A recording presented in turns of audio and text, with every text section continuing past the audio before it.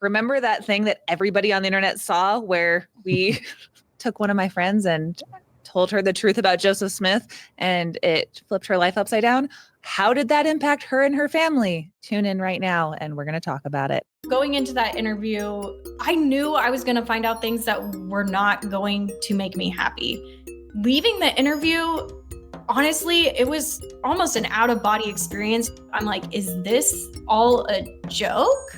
What is my life? In our life, whenever we're looking at any issue or question, we look at things critically and analytically, and we stopped and like, why have we not ever done that with the church in the same way? Why have we only looked at the sources the church has given us? It's time to look at this and decide, is this true or is this not, in a very objective, quantifiable way? When you are indoctrinated from the time that you're a kid, you suspend your disbelief in the possibility that the church leaders could lead you astray, because everything you're taught is that the way to return to God's presence is to follow the prophet. Hang on to that iron rod, right? Once we became more objective, we looked back and said, how were we not more objective earlier? You know, what in the heck was going on? It's not trivial to note that so many super smart, super educated, otherwise very critically thinking Latter-day Saints just shut that stuff off for their whole lives. I think people may not realize how intense it is serving as a lay minister in the Church of Jesus Christ of Latter-day Saints. We felt like, yeah, we're magnifying our callings and we're doing the right things. But in retrospect, I look back and go, was that really the healthiest thing for a family with 4 little kids to have that much burden laid on them? And I'm telling you, when they learn in the church that you are good at leading, they will ride that freaking horse until it dies. They ask too much frequently and don't give people the space to regroup and spend time with their families, which is ironic for a church whose central focus is the family and spending time with your family. Why in the world would a super devout Mormon couple in their late 50s who had spent their whole lives committed to the Mormon church and who are grandparents leave the Mormon church? I'm John DeLynn. I'm here today. We got the band back together, the other band, here with Carah Burrell. Hey, Carah. Oh my gosh. Hey, John DeLynn. And we are back to tell one of those epic Mormon faith journey stories with a really amazing couple, former bishop, former Relief Society president, Mormon couple from Texas that was in it to win it.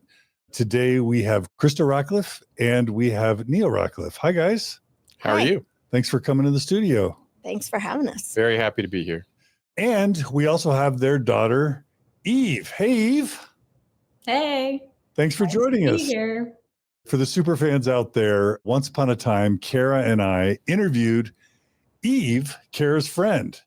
This was significant because Eve was right fresh in her Mormon faith crisis and was sort of unaware of a lot of the historical issues that, you know, affect many Mormons. And so Carah and I interviewed Eve and basically just shared with her a bunch of the Mormon history that she had never heard of before about Joseph Smith, peepstones, you know, polygamy, all the tough stuff. And it turned out to be Carah's most popular video by a factor of 5. So it's got like, what, 700,000 views, wildly popular. Well, that wasn't the end of the story because Eve's parents, which are Christa and Neal Rackleff, they watched that video and they watched it as devout, faithful Mormons. Again, former bishop, former Relief Society president. And since then have had their own Mormon journey in connection with Eve's sort of pioneering work within the family. Is that fair to say? It's very accurate. Yes. We have another daughter who was a pioneer as well, but yes. So for those of you who haven't watched, who are just stumbling on this episode, what we're doing is we're re-releasing Carah and my interview with Eve as part 1 for the first time on the More Mormon Stories platform, even though that interview happened a couple of years ago. And that will be part 1. So if you haven't watched that yet, just pause this episode, go back 1 episode, watch Carah and our interview with Eve, and then come back to this part 2, because this is the rest of the story of how Eve's parents were impacted by Carah and Mai's interview with Eve. How did it do, Carah? Was that okay? I mean, Yeah. did they get The way I would put it is like, remember that thing that everybody on the internet saw where we took one of my friends and told her the truth about Joseph Smith and it flipped her life upside down? How did that impact her and her family? Tune in right now and we're going to talk about it. It's just such a cool story that we even get to have this opportunity to be all together. So come with us on this journey, everyone. Yeah. And also, like, it's tender because, Eve, I know that after we did the interview with you, you experienced some rough stuff. Am I right, Eve? Yeah, it was difficult. I mean, obviously I chose to be there, but I think it was a very unique interview that you have done where you and Carah were telling someone, me, all these things I didn't know these things. Usually when people come on your channel, they know the issues. So it was a hard space to be in. But would you have ever imagined then that your parents would be where they are now? Do you think? I'm just, No, I oftentimes, even today, I walk around and I feel like I'm living in the Twilight Zone or something. Yeah. This feels so, I would have never imagined this happening. So.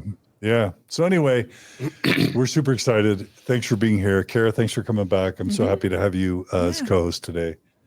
And let's jump in. So who's older, Neal or Christa? I am by about 6 months. Okay. 5 months, right? All right. So let's just dig in. So Neal, a couple questions about your upbringing. Sure. Tell me just really briefly about your parents. Were they Mormon? Where did they meet? And were you a convert to the church or were you born into the church? So my parents were converts to the church. They joined when I was 3. My very first memory that I can recall was walking into the living room of our home and seeing a little suit on the couch.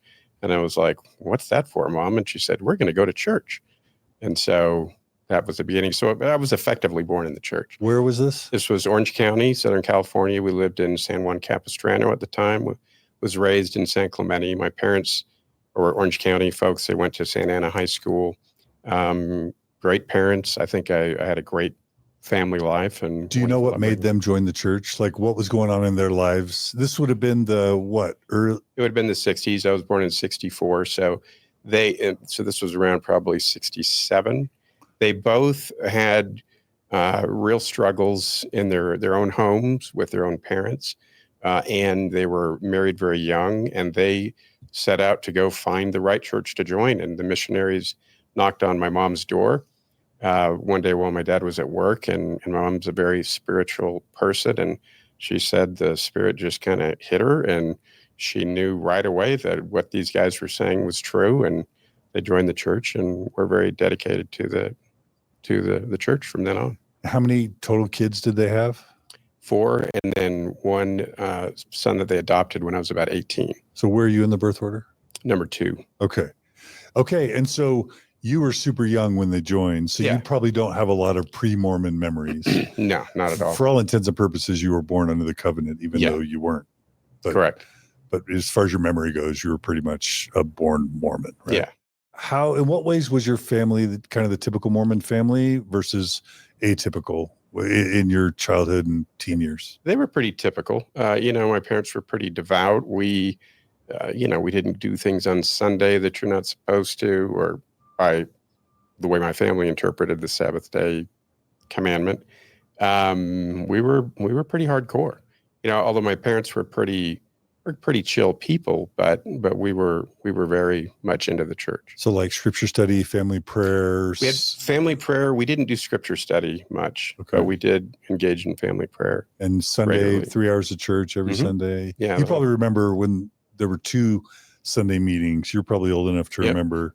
Yeah, we would go. And then later when I was old enough to go to priesthood, there were 3. Yeah. We would go to priesthood and then come back and go to Sunday school, I think, and then sacrament meetings. So. Yeah. And we used to have the sacrament in primary Right. back in those days. I did Junior not. Sunday school. Junior Sunday school. Oh, see, Krista's got the right term down. I forgot they used to do the sacrament in junior. What? Yeah. In junior Sunday school? Hmm. Yeah. I had no idea. It was like primary, but it was junior Sunday school. Oh, Yeah. Okay. So sometimes you'd have the sacrament, I guess we took it twice in sacrament We meeting and in junior Sunday school. We were super hardcore. Okay. And do you remember in your childhood and adolescent years, Mormonism being a good thing in your life? It was a great thing in my life. Yeah. I remember I love stories that I learned in primary about early missionaries of the church, Wilford Woodruff and I love stories about Joseph Smith and from a little boy, the one thing I really wanted to do was be a missionary. I might cry a couple of times. That's okay. But I really, really wanted to serve. I was deacon's quorum president and teacher's quorum president, first assistant in the priest quorum. And finish the song. I hope they call me on a mission. That song framed so many of our early, Mormon lives, right? Just please let me go on a mission. That's all I want. Teach and preach and work as missionaries. Teach and preach and work. No, but literally, I remember, I wasn't real academically inclined. I didn't really want to go to college. I ended up going to college and law school and whatnot. But the one thing I didn't know what I wanted to do professionally, but I wanted to be a missionary and I wanted to be a great missionary. Did you, was sort of your Southern California Mormon experience saturated with like road shows and dance festivals and temple trips and all those cultural, Golden Green balls and potlucks and all that stuff? Yep. Yeah. Road shows were a huge thing in our stake. Did y'all have like ward and stake and regional dances? Oh, in Orange County, stake dances were a huge deal. In fact, Christa and I were both born and raised in Orange County, but we didn't meet till we went to BYU. But we're certain we were at some of the same dances. So there were like 3 or 4 stakes. There was the Orange Stake, the Newport Beach Stake, the Mission Viejo Stake. And like every Saturday, you could go to a stake dance. And they were packed. I mean, we would have, a large stake center cultural hall would be wall to wall people. And we had live bands too. So live bands at stake dances? The church is true. Yeah. And they would were they playing Led Zeppelin? Like what were they playing? Yes, Stairway to Heaven was always the last song. Always, yeah. Even though it was a ode to Satan? And nobody worried about that. That passed by the leaders. Yeah. We would even rent out South Coast Plaza, which was a major mall there in Costa Mesa, and have a New Year's Eve dance where they would have 3 bands, one for young adults, one for youth, and one for adults. This was sometimes called the Church of Jesus Christ of Latter-day Saints Country Club kind of environment. Yeah. It was before they had budgetary constraints and people spent a lot of money. Were dance cards a thing back then? Yes. Yep. Carah, do you know what a dance card is? No. Will you tell me? No, Carah, they will. Christa? Oh, well, in order to get into the dances, you had to agree to live by the rules. It's like a temple recommended, but to go to dances. Yeah. So if you brought friends who weren't members, they'd have to go have a little interview with like a bishopric member and agree to abide by all the rules. You also had to dress like girls had to wear dresses and guys had to wear ties to go to the dances. And no jeans. No. Yeah. And these would be 70s polyester thick ties, I'm assuming. They were really cool looking. Yeah. They were really cool. Leisure suits. They would have ties provided for you if you needed Yeah, if one. you didn't bring one.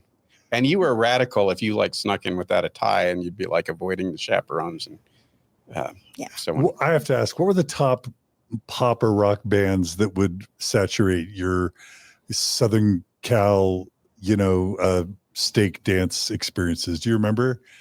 Was it like Eagles? Was it like at the dances they would play Styx, Led Zeppelin? So we're talking classic rock. Journey, classic rock. Yeah. Journey, Foreigner. Now we were in that time period. There'd be a little B-52s thrown in. Okay. Yeah, that's right. They always Rock played like Lobster. Yeah, Rock Lobster flop was on the always ground. And You ever heard of Rock Lobster, Carah? Rock Lobster. Of course. that I was was born pretty darn yesterday. good. But we were kind of more into kind of underground new music that wasn't played at You liked dances. punk, I saw in your outline. Yeah, Kind of punk rock and new wave.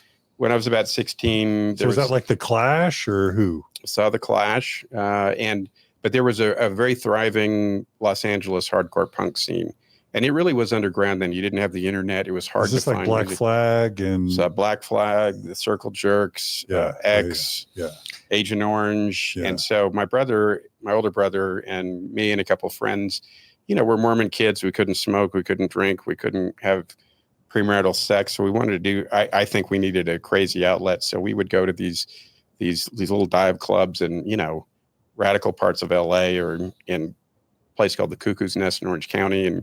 And they were nuts. It was, like teenagers going crazy, diving off the stage and all kinds of. You were straight edge mayhem. Before straight edge was cool. I was straight edge, and there was, there were straight edge punk bands. Group that we were really into was Minor Threat from Washington, D.C. And Christa and I actually saw them together, when we were at BYU at a frat house in the University of Utah. Yeah, there was a very cool music scene that we were pretty into. So we'd kind of go to the dances and be like, I love this music, sucks. But we still had fun. Nice. Mom also, just so you know, Mom touched Bono's boot. And he used her camera to take a picture of someone. So this is like early cool U2. They came to Utah when this was, I think, 83. And I went and saw them in a. Was that like October? The October band, album? Or? Yeah, I think so. Wow. Or I think it might have been War. War. Boy was the first in October, then War. So I think it was War. Dang, that's cool. It was. You liked U2? Yeah. Eve, you have a freaking cool mom. She was cool. She had her hair, half of it was short and half of it was longer. She's still cool. But yeah. She's very cool. I try. I mean, I don't mean to say your dad wasn't cool. I was into U2 also. Okay. I didn't touch Bono's boot. Okay, yeah, that's pretty. I mean, anyway, that's cool. Okay, so really quickly, how this is like peak Bruce R. McConkie era for Mormonism. Yeah. I'm curious how indoctrinated you were, Neal, in terms of core Orthodox Mormon doctrine, signs of the times. Hardcore Mormon, correlated, whitewashed, Bruce R. McConkie, Joseph Fielding Smith Mormon doctrine kind of stuff. Yeah. So, my parents we didn't have a large book collection, but Mormon doctrine was on the bookshelf.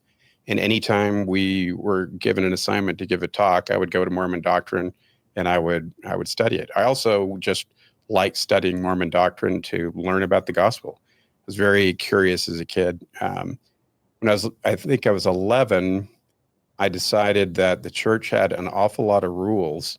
And I remember thinking, I don't want to live all these rules if it's not true. So I started praying to find out whether the church was true or not.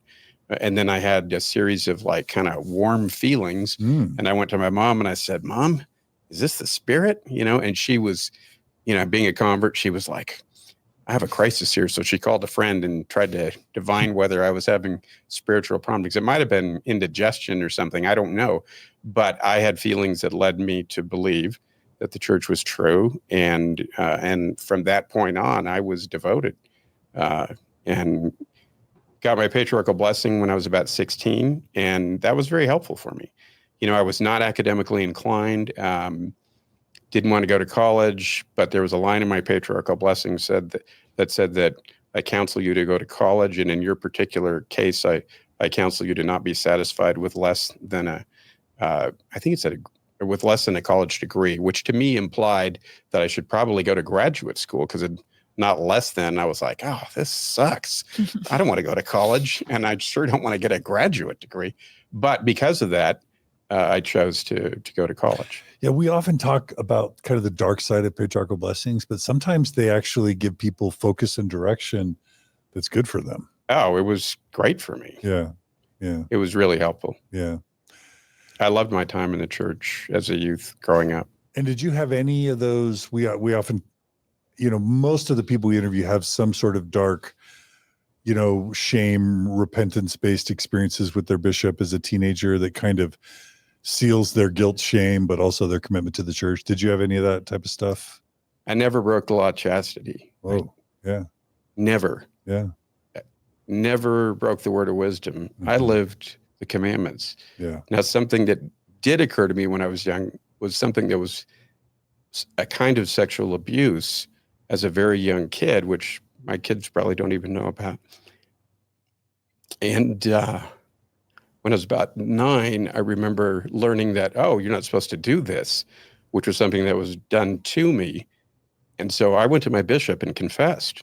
I remember going in tears to his office, and he was a very kind man, and he was really cool, and he was just nice and understanding. It was like, well, this is okay, But I didn't realize then that this was something done to me. But I had just a hyperactive conscience all my life. I just can't lie. Now, saying that, I lie on occasion, because anybody who says they never lie is a liar, right? But my lies might be like, if somebody says, how do I look today? I'm not going to say not too great if I don't think you look too great. But, I just have always, and I didn't know the term scrupulosity until recently, but I have a boatload of scrupulosity. For those who don't know, that's basically religious OCD, obsessive compulsive disorder with a religious manifestation. So that was you. Oh, totally. Okay. Yeah. And I don't know how totally OCD it was, but it was strong. Yeah. I wanted to do what was right, and I did do what was right. Nice. All right. So anything else about your kind of childhood or adolescence before we check in with Christa? No, I'll just say prayer was a big part of my life from an early age. And when I was deciding to go to college, my senior year, because I wasn't super academically inclined, but my patriarchal blessing said, you should go to college. I remember we had a guidance counselor said, hey, if y'all are going to go to college, you need to get your applications in. I'm like, I don't know anything about applying to college. Nobody in my family had gone to college before. And so I remember going home and kneeling down and praying and saying, and it was interesting because before I even prayed, I had this strong impression that I should pray about going to BYU. Now, context, I thought BYU was lame. It just seemed to be so stereotypically Mormon. I'd never been to Utah. I imagined it being out in the desert somewhere in some desolate place. I did not want to go to BYU, and I had this super strong feeling that I should pray about going to BYU, and I did. And then I just had this strong manifestation that I should do that. So, and my grades were not good, right? And I didn't do great on the ACT. I think I went to a punk show the night before the ACT and did not prepare and was up till 3 a.m. or something, and barely got the grades to squeak by to get into BYU at a time when anybody could get into BYU. So yeah, prayer has always been a big part of my life. Beautiful. All right. I think I get a sense for your SoCal Mormon, Orange County Mormon story in the kind of late 70s, early 80s. I'm loving it. Okay. Well, let's turn to you, Christa. Tell us a little bit about your Mormon story. So both my parents were members raised in the church. Sure. My maternal grandfather was the first stake president in Dallas. Oh. And so, some pioneer background on both sides. My parents met at Stanford University. My mom was an undergraduate. My dad was getting his master's degree. And I'm the youngest of 5, very, very strong Mormon family. My mom particularly was... What's your maiden name? If you want to share. Fjellstead. Okay. My mom served, when I was young, she was 7 years stake young women's president, and then she was seminary teacher. Where was this? In Tustin, in Orange County. Okay. After Stanford, your parents moved? Yeah, they spent most of their time in Southern California. Okay. I grew up exclusively in Southern California. Okay. Yeah. Okay. So your mom was stake relief society president? Stake young women's president for 7 years. She was a relief society president before that, seminary teacher for a couple of years, all while raising 5 kids and being a math teacher in middle school. So she was amazing person. She's very amazing. And I'll just say my mom is amazing too. Hi, Mom. Her mom is one of my heroes in terms of being a great leader and just ball of fire, energy, awesome person who's incredibly intelligent, but also really down to earth.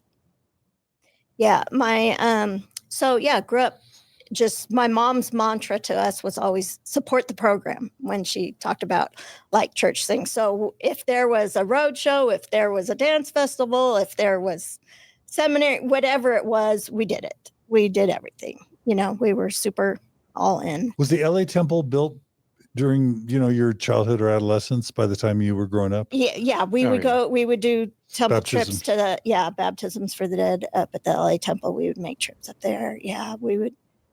We did it all. Okay. My parents, the LA Temple wasn't there when they got married. They got married at the St. George Temple, but we were married in the LA Temple. My parents were also married in the St. George Temple. Oh, cool. Cool. Yeah. So,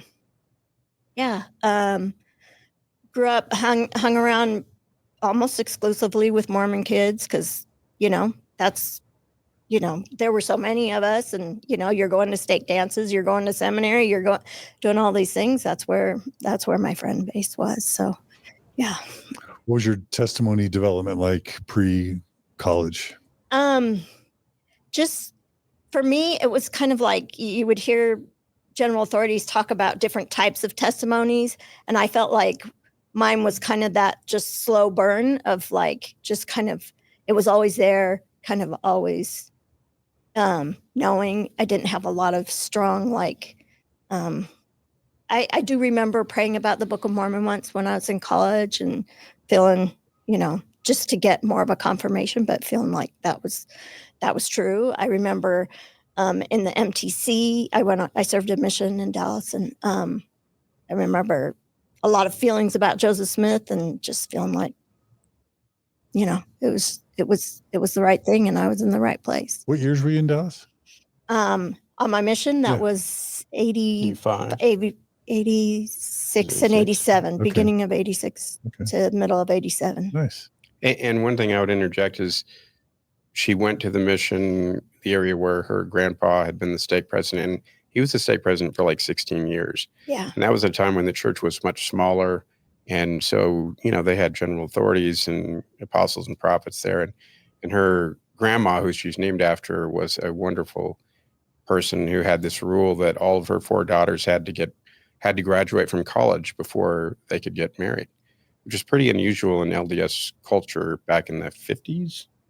Yeah, this was in the 40s to 50s. And I felt kind of a connection to my grandfather by going and serving in the area where he was stake president. And I would serve in, little towns outside of Dallas, and everywhere I went, when I talked to people, they knew my grandfather because. What was his full name? Irvin Atkerson. Okay. Because, he had either called them on a mission or, they had, all the older folks and stuff. Do you think it was a coincidence you got called to Dallas, or do you think you No. wrote that on your application and they saw that? I don't know. I don't think it was total coincidence. Whether it was, divine intervention or if it was something on my application. I was the youngest of 5. All my other siblings went abroad. Oh. And I was in New York at the time when I was putting my papers in, and living with my sister and brother-in-law. My brother-in-law was actually 25 and my bishop at the time. And I just had a feeling I'm going to go stateside. I just, everybody else got to go foreign, but I have a feeling that that's what's going to happen to me. But I was surprised when it was Dallas, because I'm like, I thought at least I'd go someplace I'd never been before, like Kansas or something. But I was like, I would interpret it as a sign of particular devotion for you to have served a mission in the mid 80s, because back then Mormon women rarely served missions, correct? Yeah, it was starting to get a little more commonplace, but my sister had, before me, she had gone to Hong Kong. But yeah, it was starting to get a little more common, but it wasn't as common as it is now. Yeah. Okay. So any other things you want to share about your Mormon upbringing? Sounds like you were in it to win it, super committed. living All the the Mormon way. dream. Would you say your Mormon experience up through your mission was positive? Yes, definitely. Yeah. Definitely. And the church was true? All the way. Yeah. Yeah. Okay. And as you're thinking about like up through your mission, how would you have envisioned your life being in terms of church devotion and commitment? What milestones would you have anticipated reaching as you progressed in your 20s, 30s, 40s, and 50s? Oh, just, kind of the way it all played out, expected to marry in the temple, have kids, serve and serve and serve some more. Yeah. And all your kids would Yeah. do the same thing. Exactly. And then when you were old, what would happen? Well, Would you serve missions? oh yeah. We always talked about serving missions when we retired, and So you were all that so like leaving the church was never on my as grandparents. That wasn't on your radar. No. Okay. No. How about you, Neal? Absolutely not. You think leaving the church in your late 50s was kind of in your roadmap? No, roadmap? not in any way. And before I came across information that caused me to have significant questions, in fact, I would have served a mission anywhere that we would have been called. I mean, that's just a couple years ago. Is that just a couple years ago? I mean, if we'd have been called to go to the most, godforsaken, weird place on the planet Uganda. with nothing, and we would have gone. Yeah. And we would have thought it was awesome. Yeah. As a sign of devotion. I mean, we were. I don't like the phrase "in it to win it." To me, it sounds like a basketball game. This wasn't a frickin' basketball game. This was our lives. Yeah. We ate, drank, and slept this religion. We loved it. I love the church, the people in it, the good things that are done in the church. We were, I see sometimes comments on people's Mormon stories where they say, oh, well, I guess you weren't really converted, because you left. I don't want some 23-year-old telling me I wasn't really converted. We were hardcore. Yeah. We were totally full bore into the whole thing. All right. Well, Christa, anything else you want to say about kind of pre-marriage life for you? No, I mean, we met at BYU when we were freshmen. I was. Were you in the dorms? Yeah, we were in the dorms. Helaman, Deseret, DT, or Desert. What? No, that's after that would be when you were married. Deseret Towers. DT. Yeah. Okay. Yeah, we would hang out at the Morris Center together, and we would. I really liked Neal. I had a crush on him before he, we were just friends. But I remember saying to one of my friends from back home was, I could imagine growing old with this guy. And that's when we were just barely kind of sort of dating, not quite there dating yet, but when we were freshmen. Yeah. It's very nice. So, okay. And you served a mission in New Zealand, right? Auckland, New Zealand. Yeah. Anything like super important in your Mormon story that you need to say about your mission, or would you say it was a pretty typical mission? I don't know what a typical mission is. It's pretty nuanced, I think. I was so into being a good missionary that I tried to be perfectly obedient, and I really strove to work hard. And when I got to my mission, I was shocked to learn that there were a lot of 19-year-olds who didn't follow the rules. I'm like, what? They're not all like Parley P. Pratt or, what I've read about the early missionaries of the church.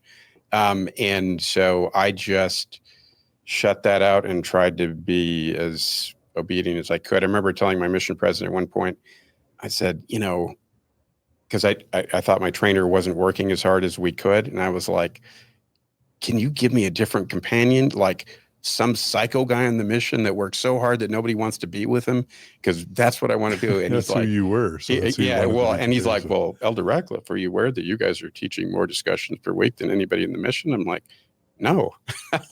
He's like, you might be out of the frying pan into the fire. Anyhow, I was really, really into it. And I learned so much about discipline, about how to study. So when I got back to BYU after my mission, I got pretty much straight A's, and, college wasn't so difficult. The mission turned you around like so totally. many people. Yeah. It was a great experience for me. Even now, do you regret that you served that mission, even looking back? No, I don't. That's common. I did the best I could with the light and knowledge I had at the time. But also sounds like it was formative.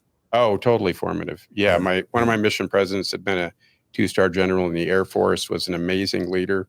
And the things I've learned about managing people and leading people came from President Lassiter. He was phenomenal, and he loved us. It was just, it was a great experience. Yeah. Beautiful. Okay. So y'all met at BYU. DT. Mm-hmm. DT. And anything you want to say about falling in love and deciding to get married? Just courtship? Typical BYU courtship. I keep saying typical. It wasn't typical BYU courtship because we actually knew each other for 4 or 5 years before we got married. Which is very atypical, right? Yeah. So we hung around with the same group of friends that were into like punk rock music and stuff, and we were really good friends. I had a girlfriend back home that so I didn't want to date when I was at BYU my freshman year, which was really stupid. But so Christa and I got to know each other on a very friendly basis. I was like, total spaz around her, not trying to impress her in any way, and somehow she was not repulsed. And so we would dance together, go to social things. I thought she was the coolest girl out there, but I wasn't into waiting for people on my mission. So I just went on my mission. When I got back, she was about to leave on her mission, had her call, and we dated intensely for a few weeks before she left. And the night before she went to the MTC, I contemplated asking her to marry me. I prayed about it, and I got this impression that like, no, she needs to have this experience, and so you shouldn't ask her that. So I didn't, and she went on her mission. But when she came back, we got engaged within 6 weeks or something. Yeah. Mm. Okay. So I think the friendship that we had was a really solid foundation for our marriage. And we're not these BYU, stories where you get engaged and married, 6 weeks after you know each other or whatever the heck. Yeah. We knew each other for 5 years, but a lot of that time we were each on mission. So, yeah. True. All right. So when y'all decided to get married, what year did you get married? 1987. 87. That's the year I graduated from high school. So you're a youngster. I'm a youngster. Yeah. Whippersnapper. And I assume, was it explicit, your sort of marriage contract, that it was going to be Mormon all the way, faithful Mormon, devout Orthodox Mormon till the end? Oh, yeah. Was it explicit or implied? Oh, it was explicit. We had discussions about it. Yeah. And you might talk about To the Mothers in Zion awesome talk and pamphlet that. But that was Holland, right? No, that was Ezra Taft Benson. Ezra Taft Benson. So while I was serving my mission, Ezra Taft Benson gave a fireside talk, and then they made it into this pamphlet, this pink pamphlet that came out. He would have been president at the time of your marriage, sir. right? Mm-hmm. Okay. Mm-hmm. And it was called To the Mothers in Zion, and it just was really throwback to 50s style, like, June Cleaver, yes. Women stay home and raise the kids. Yes, very much that way. But I really struggled with it because I grew up in this family, like Neal explained, where education was high priority. My grandmother, my mom's mom, was forced to drop out of school at about 8th grade, which she always resented, to help put her brothers through school. And she had a voracious appetite for learning, and just was always reading and educating herself. And so she made it a rule for her 4 daughters that they needed to graduate college before they got married. I wonder how your mom, as a Stanford graduate, felt about Ezra Taft Benson's talk To the Mothers in Zion. Yeah. See, by this time, my parents were divorced. My mom was married to a now non-member. Because they went to a worldly academic, intellectual university. No, she was way into the church. But at this time, there was a little bit of a softening or distance, to that. And she probably didn't even know about the talk, Oh, wait, your parents divorced when? Just a little bit before I went on my mission. Oh, that's important wrinkle to your story. So Yeah. your faithful, devout, temple married parents Mhm. get divorced? Yeah, the kind of family that nobody Would ever expect. thought Mhm. the parents would get divorced. And did they leave the church, stay in the church? And you So- said they remarried non-Mormons? My mother remarried to a non-Mormon. My dad actually married another Okay. LDS lady. Did your mom kind of go inactive at that point, or? Sort of. Okay. Her activity softened. Okay. You should say.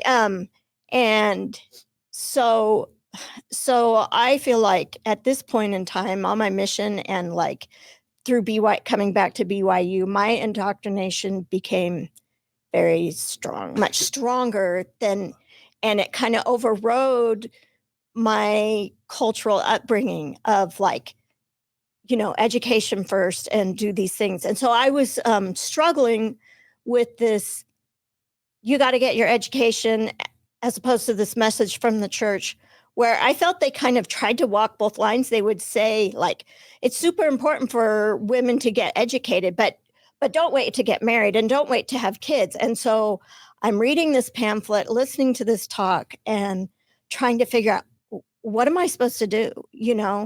They're saying this, but they're saying that, it doesn't line up to me, and I know in my family, education is really important. So anyway, I get home from my mission. Neal and I reconnect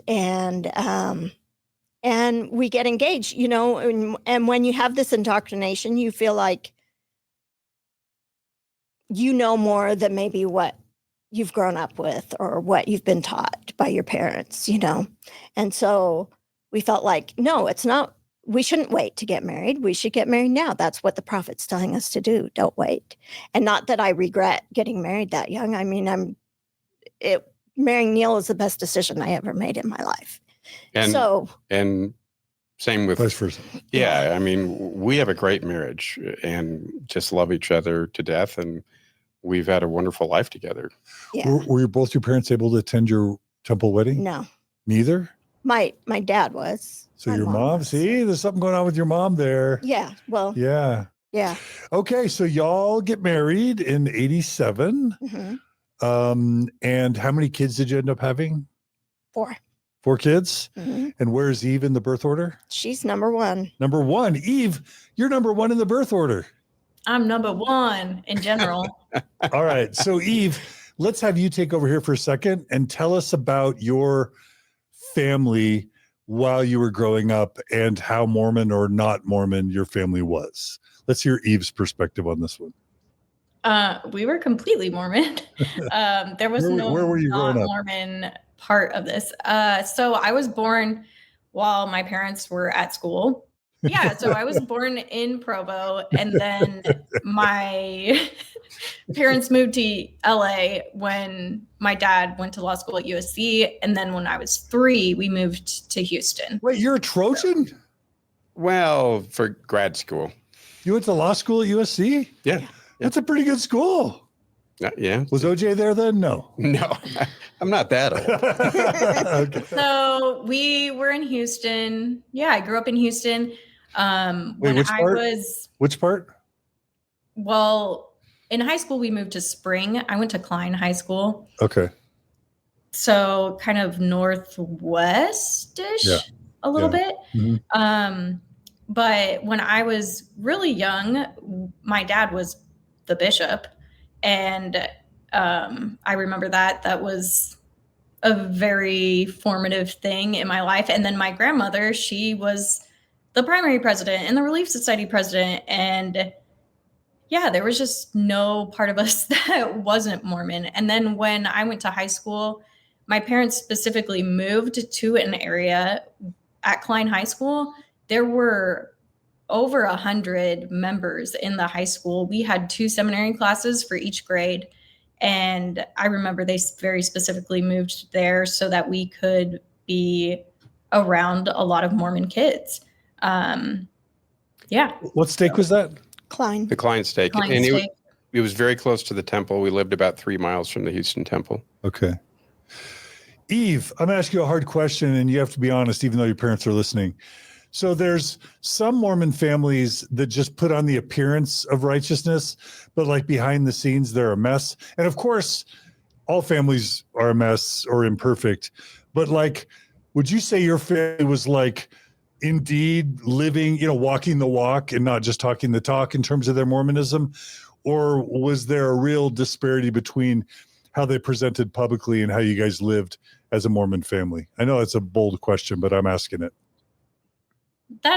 There was no disparity. I think that can be attributed to my dad has talked about his scrupulosity, a lot of which I suffered as well. Just a very overactive conscience. And yeah, there was no, this is how we are at church and this is how we are at home. It was what you see is what you got. And what you got was very Mormon. So like, again, family prayer, scripture study, family home evening, Sabbath attendance, word of wisdom observance, swearing, our movies, word of modesty. How is all that stuff for you? We followed all the rules. I heard a lot, just like my mom said, her mom said, support the program. And I was told that a lot. We would go to all of the activities.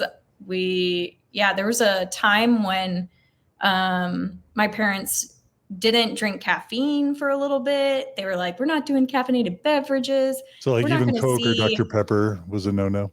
When they were younger. That was a very short time, and then there was a time when you didn't want to see any PG-13 movies, like not even R, but not even PG-13. I think when Lord of the Rings came out, we changed that rule so we could see Lord of the Rings. But yeah, it was, and we did scripture study. I mean, oftentimes if people were too tired or whatever, we would quote a scripture. But I remember lots of times sitting down in the evenings, kind of falling asleep with people reading the scriptures. But we do scripture study and family prayer every night. Yeah, basically everything you can think of, we were doing it. Well, and I would say too, when President Benson said that we need to focus more on the Book of Mormon, and he gave specific promises that would be realized if we read the Book of Mormon daily, from that point on, we started reading the Book of Mormon daily. Now, sometimes it was quoting a verse because we were all really tired and we didn't read, long passages. We had little kids, but we believed that those promises would be realized, and we lived that. And they seem to be realized. There was a quote in there that, children will be more obedient to their parents. Parents will be more like patient and kind to their children, yada, yada. And it seemed like we had a little more peace in our home once we started reading the Book of Mormon every night. Eve, let me ask you, were you psychologically on board, or were you psychologically rebellious and sort of like skeptical or unexcited about being on the Mormon train? I was not rebellious or skeptical at all whatsoever. I mean, I was a 7th generation Mormon. I came from a long line of people who were very intelligent. My mom's side of the family, they're just some really, really smart and successful people and super devout. And I saw these things working for them. And honestly, I think a lot of it was me thinking, these people are so smart. It's blessing their lives. If this wasn't true, they would know it wasn't true. And I just trusted and believed. We weren't trying to live the gospel just to check boxes. For me, there was a very intentional methodology there, right? I believed that the most important thing that I could do was to stay as close to the Spirit, to the Holy Ghost as I could, because I wanted to be in a position as a father and as a husband to be able to receive any revelation that God might choose to send to me to bless the lives of my kids and my wife and our family. And so my obedience was driven by striving to be holy and worthy to be able to receive divine guidance. And that was my almost central focus in life. Yeah. Carah, I'm wondering if you agree with this, but like, given the context of Eve's interview that you'll see, that you will have watched, hopefully previous to this episode, this idea of like smart or, intelligent or knowledge or whatever, education, it's sort of telling, given the whole context of our interview with Eve, was sort of Carah and I sharing with Eve for the first time a bunch of just factual, basic things about Mormon church history that, in spite of being a seventh generational Mormon, she had never learned before. And it's compounded by, spoiler alert, that like Eve and us ended up instructing you two about a church that you both had given your lives to. Yeah. In spite of you being a USC, graduate attorney, and you being an educated woman whose mom went to Stanford, who was also very much into learning and education. Like, the irony of this education, intellect focus, given what now your family just in the past 2 years has gone through, cuts really thick. Does that even make sense, what I'm trying to communicate? And I think in Eve's interview that we did, I remember specifically how good her questions were back to us, because she's like, where's that written? And I remember you mentioned to her receipts. that you mentioned to her, like, I can tell that your father is an attorney because of like the way that you're interrogating this, and that you're really good at questioning. And I think another reason why that is received so well is Eve comes off extremely intelligent, as well as being very devout Mormon. And I don't know what most people think about Mormons out there in the real world, but an extremely intelligent and beautiful friend of mine, Eve, just being so on point in so many areas, being extremely devout, dedicating your life to the church, having a family that's dedicated their life to the church. So you have all of those boxes checked, but also very inquisitive at the same time, having both of those, both existing in concert with each other, to then come in front of Carah and John to be presented with this information. Yeah, like totally shell-shocked. Yeah. So, at what she was learning in 2023 for or Eve whatever. Just to like embody both of those at the same time in one space is very, very cool. And Another thing I think that is very significant too, my grandfather, my grandmother's ex-husband, but the ones that met at Stanford, he had a very extensive library of church history.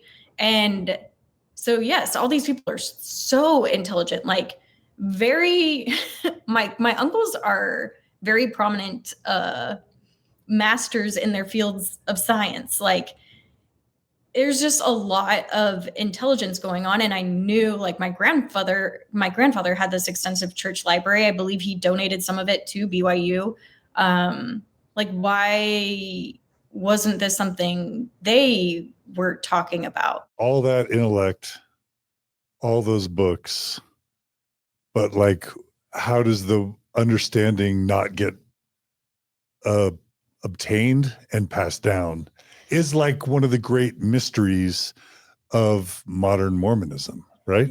Well, this is something we talked after we watched y'all's podcast with Eve. This is something that we could not believe, like, in our life, whenever we're looking at any issue or question, we look at things critically and analytically, and we stopped and why have we not ever done that with the church in the same way? Why have we only looked at the sources the church has given us? Why have we not opened our minds to just okay, it's time to look at this and decide, is this true or is this not, in a very objective, quantifiable way? And it was watching this podcast that brought us to that point and said, okay, now it's time for us to do that. Yeah. And it started us on that process. We're getting ahead of ourselves in the Sorry timeline. about No, that. it's me. I got you there. I'm just pausing to absorb the ironies here. Yeah. We have these super educated family members that still, don't, with all these books, don't find the need to do that, to ask hard questions and to dig a little deeper, because we are so indoctrinated and so devoted to this. And we're so trusting of the organization and the narrative they're giving us. Yeah. Right. Yeah. Yeah. That is the key. Yeah. So Eve, I guess the next question I have is if you imagine your kind of high school pre-mission self, I assume you did 4 years of early morning seminary, at Klein. Is that right? Yes, I did. Okay. It was tiring. Yeah, but I mean, I'm guessing by the time you were senior, graduating, super devout, super believing, right? Yes, the only college that I applied to was BYU. I didn't even apply to BYU Idaho. I didn't apply to BYU Hawaii. What about UT? What about Texas A&M? No, I'm kidding. Me too. education was important, but I was supposed to find a spouse. And I thought the place that I would do that would be BYU. Joke's on me, I did not find my spouse there.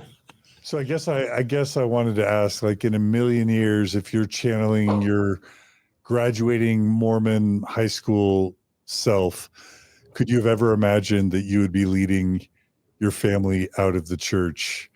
Fast forwarding, I don't know, was that 10, 15, 20 years after graduating from high school? Would you have ever imagined that scenario would be even possible? That would be impossible. I actually have something quickly that was related to this. I've done therapy throughout my life, but I was working with a therapist, and she at one point was telling me, okay, here's this issue you have. Can you go back to yourself as a child and go talk to your child? She was doing like a guided visualization with me to go talk to like 10-year-old Eve. And I remember telling her I could not, like, she cannot see me, because if 10-year-old or even high school or early college Eve saw me and knew that I was not in the church, her life would explode. She would not be able to handle that. And even to this day still, thinking about doing that type of visualization, I would never go back. And it sounds so sad, but I would not go back and visit my Mormon self, because I would fall apart if I knew that this is where I was, if I was out of the church. Christa, what are you feeling when you hear Eve say that? It's tough. I mean, she was there because of us, but now we're here because of her. I don't know. It's kind of a beautiful thing and a complicated thing and full of a lot of emotions. How Neal and Christa, how would you describe your perceptions of Eve's faithfulness by the time she's graduating from high school? You go first, Neal. Oh, she was very faithful. Was she your Nephi, basically, in your family? Like, we had 4 Nephis? Almost 2.5 Nephis. 3.5. 3.5. They were all great kids, and Nephi isn't always the best, by the way. Nephi can be presumptuous or arrogant or prideful. So, I mean, yeah.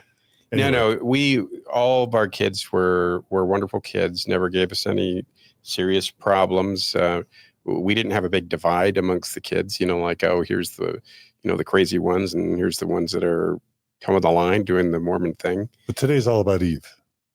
Eve was great. She was a leader, always has been, super intelligent, strong-willed. She's the most like me in terms of being very competitive with sports and stuff like that. The rest of our kids are a little more chill, but, Eve would play soccer, and her friends called her the Hulk because the Hulk would come out, in key moments, and she'd get really intense. But she was awesome, and still is, of course. Christa, what about her Mormon faithfulness? She was very devoted. She was Laurel class president, did all the things. Just was all in. All right. Okay.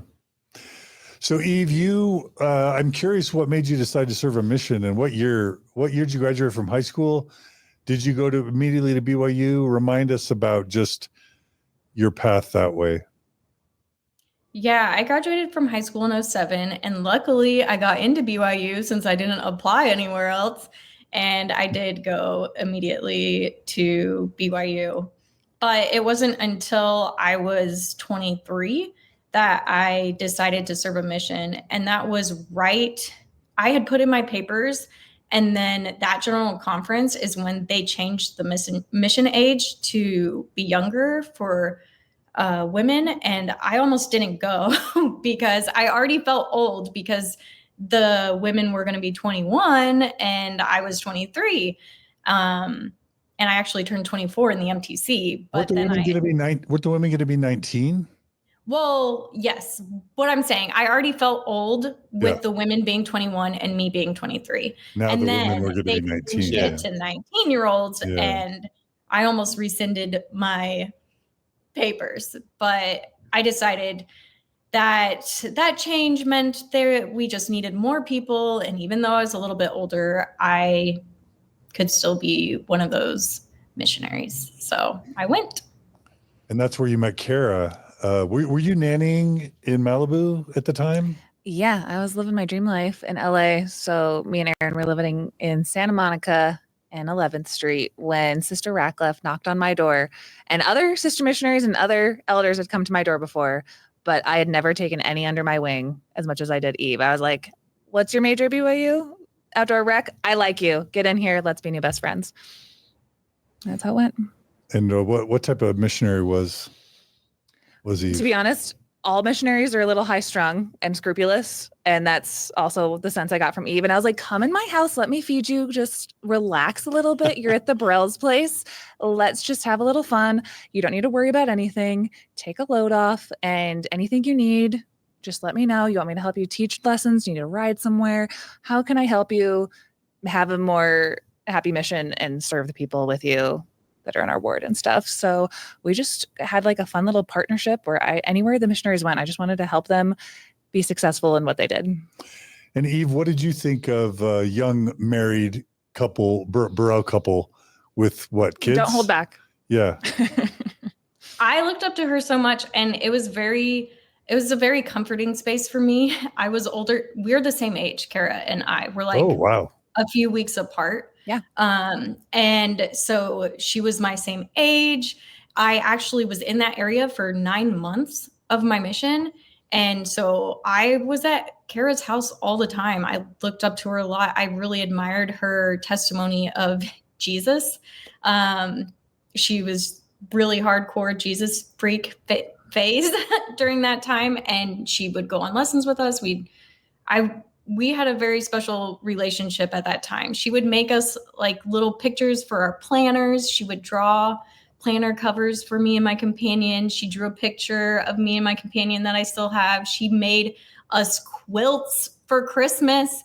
Like, wow. This was, I think, out of all the people, I learned how to sew specifically because I literally loved Jesus so much. My whole life was dedicated to Christ and service. And I had enough outlets in our Santa Monica ward, but I needed more outlets. And I was like, anything I can do to show God that I love him and that his servants, I love them. And I wanted just to like show up as an embodiment of Christ. So I'm like, anything I can do to just like love and serve, bearing my testimony to the families I was nannying for. Like, I was on fire for Jesus Christ at this time in my life. Can you imagine young, married Nuance Ho making quilts for her missionary friend who's in her area in California? That's the most Mormon thing I've ever heard, Nuance Ho. It's adorable then and now. Wait, do you still go by Nuance Ho, or is that dead? Do we bury? I don't know. The first time I ever walked in this door, you're like, can I not call you Nuance Ho because we're trying to have a nicer audience here. So you're the one who's been saying it nonstop since I got here. Okay, sorry. I just need to know if we have to have a memorial service for Nuance Ho. No, I'm the Ho of nuance at all times. Okay. So in conjunction with what you were saying, no, it's my feelings about this post-Mormon space and then and now. It's just this goodness within all of us that wants to love and serve and meet people where they're at. That's what we're all together here doing. Like, it's that same energy that I think I was trying to embody then. And Sister Rackleff and your companion, which I don't even remember her name, Sister Malore, and another one. that came and went. But yeah, Eve was there for like 9 months, and just I saw how hard they were working, and I never got to serve a mission. So I just wanted to love and serve the members of the ward, the investigators, and make sure that I could show up best I could for the sisters, not the elders. And Eve, I'm curious. The audience may get annoyed with this, but channel back your missionary self. Could you ever have imagined Sister Burrell becoming one of the most dangerous, evil, sinful ex-Mormon influencers on the planet? Could you have ever could your missionary self have ever imagined that happening? No, I mean, that's part of the whole point of why I even was open to listen to her, because if she had gone so far as to not only leaving the church, but then being anti-Mormon comedian, what happened? I don't know. That's right. That's how you get them. You got to, everyone out there, be really, really faithful. And then when you leave, people will listen to you more. You got to have one with the other. Can't half-ass it. All right. Okay, really quickly, before we start getting to kind of Eve's faith journey, Neal, you wanted to just mention a little bit about just how intense Mormonism got for you guys during kind of those Eve's missionary years and before. Yeah, because I think, you were probing into, how did this religious experience affect you as kids and parents? And I think a really relevant aspect of this, especially for people who are never Mo's, right? I think people may not realize how intense it is serving as a lay minister in the Church of Jesus Christ of Latter-day Saints. So I was called to be a bishop at 34, which is relatively young. And this was a ward where we had very thin priesthood resources, right? So we had 75 single mothers and widows in the ward. We had like 98 prospective elders. Is this California or Houston? This is Houston. Okay. This is Houston. It's an inner city ward, a lot of diversity. We had an area called Acres Homes, which is a historic Black community in Houston. So we had a lot of cool Black members, but we had a lot of poverty, right? And the church had something they referred to then, I don't know if you've heard this term before, called the nurturing ratio, which was the ratio of full tithe paying active Melchizedek priesthood holders to families in the ward. And ideally, the nurturing ratio, they said, was like 2 to 3, right? We were way beyond that. So for our home teaching program and for Never Mo's, the church has a program, and it's a little bit different now, but men are paired with a companion, and you go and visit the different families in the ward, and usually you have 2 or 3 families that you visit. In our ward, the active Melchizedek priesthood holders would have had 11 families per individual, not companionship. So it was a very, very heavy weight. At the same time, basically a bunch of poor people got baptized and then fell away from the church, right? I mean, is that there was a lot of that, Yeah. But there were a lot of wonderful people who remain faithful to the church, right? But the churning and the records and trying to keep up with that was insanely difficult because there was a lot of volatility. When I was an elders quorum president, there was one summer where we did 26 moves. Not that I was counting. Okay, I was. A lot of moves. At the same time, we're a young couple with 4 little kids. And, part before I was bishop, I was elders quorum president while I was working full-time, going to law school at night. And then Christa was to help support our family, babysitting like 4 kids in addition to our 4 kids. So she was working insanely hard. And then when I was called to be a bishop, I put in at least 20 to 30 hours a week in my calling there. And so the level of service was intense. I loved it, but looking back, it was a lot. Sundays would start, 7:30 a.m. and finish at 5 or 6 at night. And when I would get home, I was so fried emotionally. I'd just lay there in bed and just could barely move. And then the phone would start ringing. And in our ward, this was not the country club kind of ward. We would have, real welfare problems. challenges where people are about to get evicted from their apartments if we couldn't help with rent, where they didn't have food or they needed help with employment. And that was at one time when I was a bishop, I remember it was a Wednesday night, it was a mutual night. I'm interviewing a member who is contemplating suicide.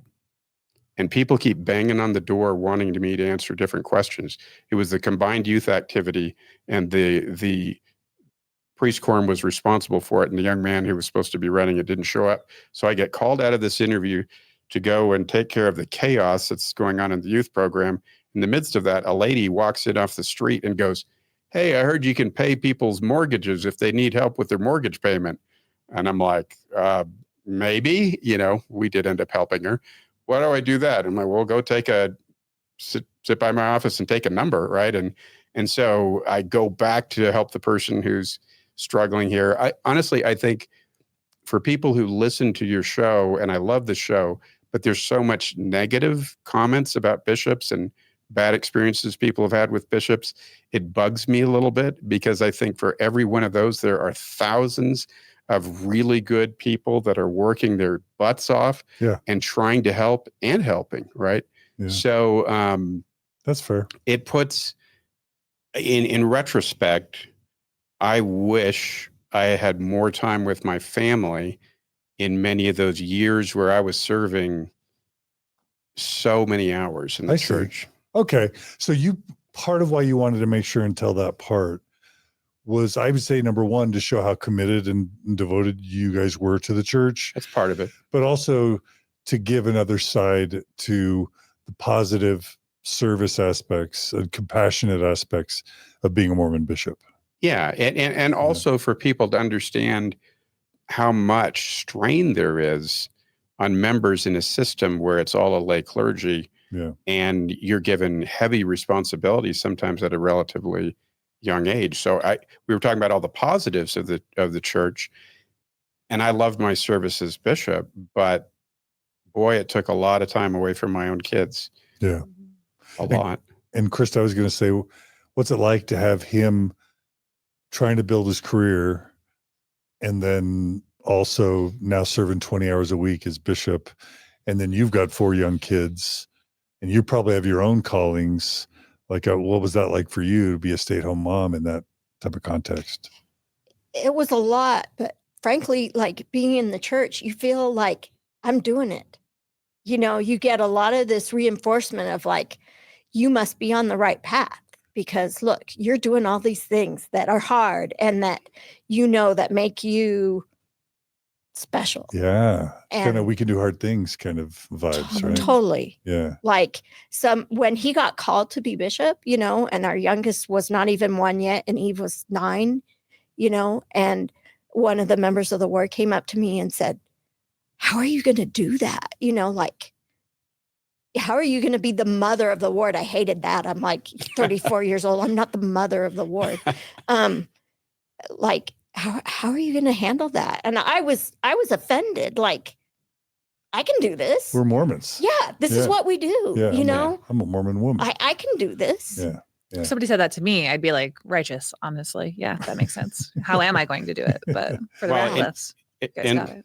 And look, I remember one time we had a stake priesthood leadership training meeting, and I was running late from the law firm to get to the meeting and commuting an hour to get there. And I'm on the cell phone handling problems with welfare issues and church things, literally sprinting across the parking lot with my cell phone, still solving problems, get into the meeting, and the general authority there has got a PowerPoint presentation, and he shows a slide of a church leader with 2 phones and looking really harried. And I'm like, that's me.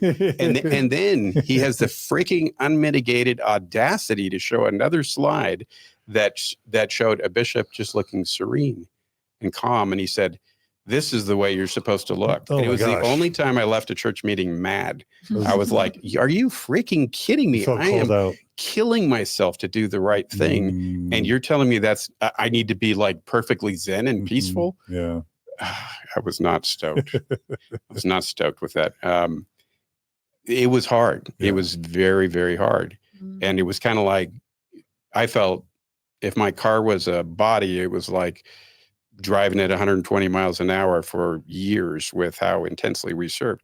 At the same time, I loved it, and I learned and grew, and we felt like, we're magnifying our callings and we're doing the right things. But in retrospect, I look back and go, was that really the healthiest thing for a family with 4 little kids, to have that much burden laid on them? And I'm telling you, when they learn in the church that you are good at leading,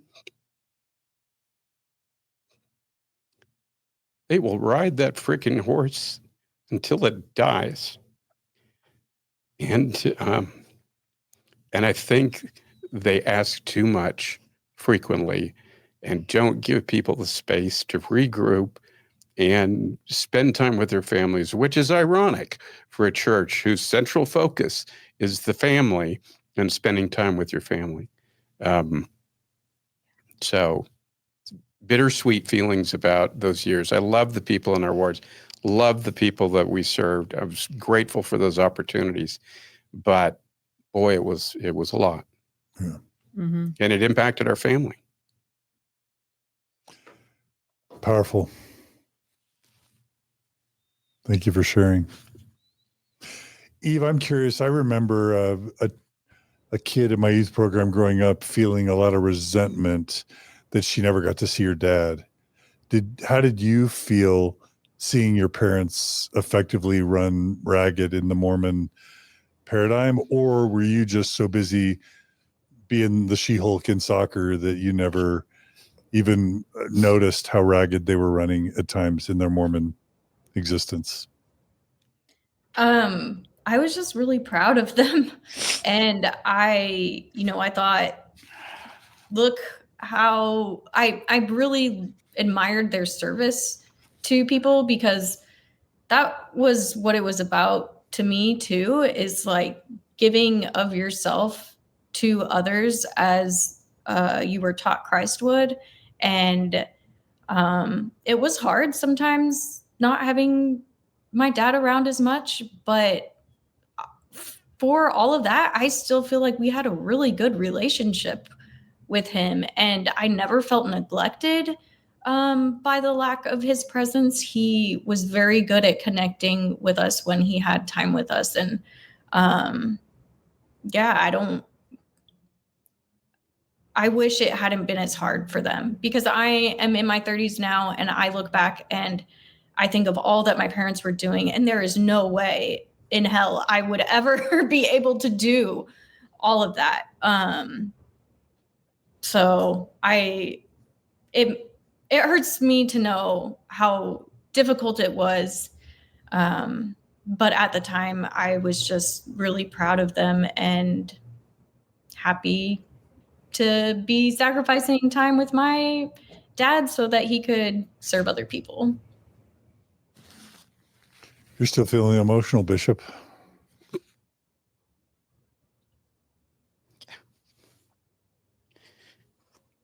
It's just, I loved serving.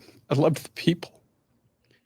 We were making a difference in a lot of people's lives. And I'm grateful and honored to have had that opportunity. But there was a cost, and with my own emotional and mental health after serving for so many years, just so much and so intensely. And so, yeah, it's a double-edged sword kind of thing. And it's a credit to Christa that while I was AWOL, being, church dude, that she held together our family so well and parented in a way where our kids didn't feel that absence so much. She was a phenomenal mom. What are you feeling, Christa? It was a lot. I feel for Neal because it took a far greater toll on him. We were so fortunate. We've talked a lot about my mom in this, but we were so fortunate. They moved down the street from us a few months after he became bishop and lived just down the street from us. And then as soon as he got released and we moved to another house, they moved away. And we felt we were very blessed to have my mom and stepdad live that close and to be such a great support to our family during that time. Well, I don't want to break out of the chronology, but I just want to note a couple of opposing things I just heard. On the one hand, I heard Eve say, I'm so glad I didn't have to work as hard as my parents did, because I could have never done it. That would be possibly terrible.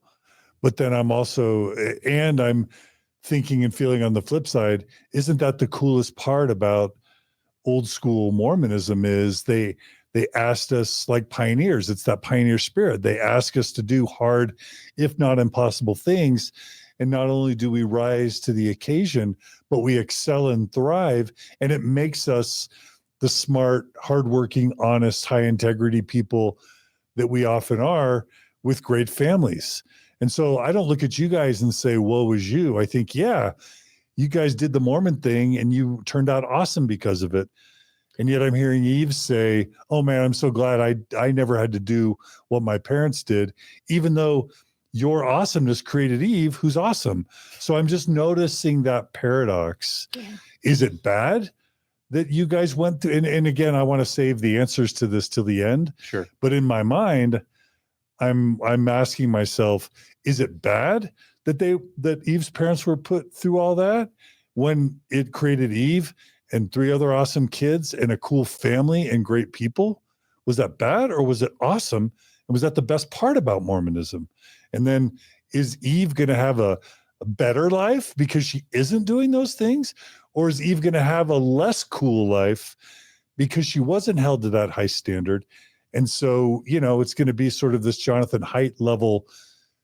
Your kids won't be as awesome because you didn't have that structure and that framework and that awesome Mormon upbringing to raise awesome Mormon kids. And again, I'm not, it's a weird world right now, but I hope y'all could. Carah, do you get a sense for what I'm asking? Oh yeah. That's what I think every single day of like the structures in which my kids were put under, of like the furnace that I came out of, my Mormon convert parents were forged in, that forged me in, the support systems that we had, everything that we talk about with ex-Mormon community building, all of that I look at my kids of what kind of life are they having? And I have my answers, but it's mixed though, right? It's not clear cut, right? Yeah.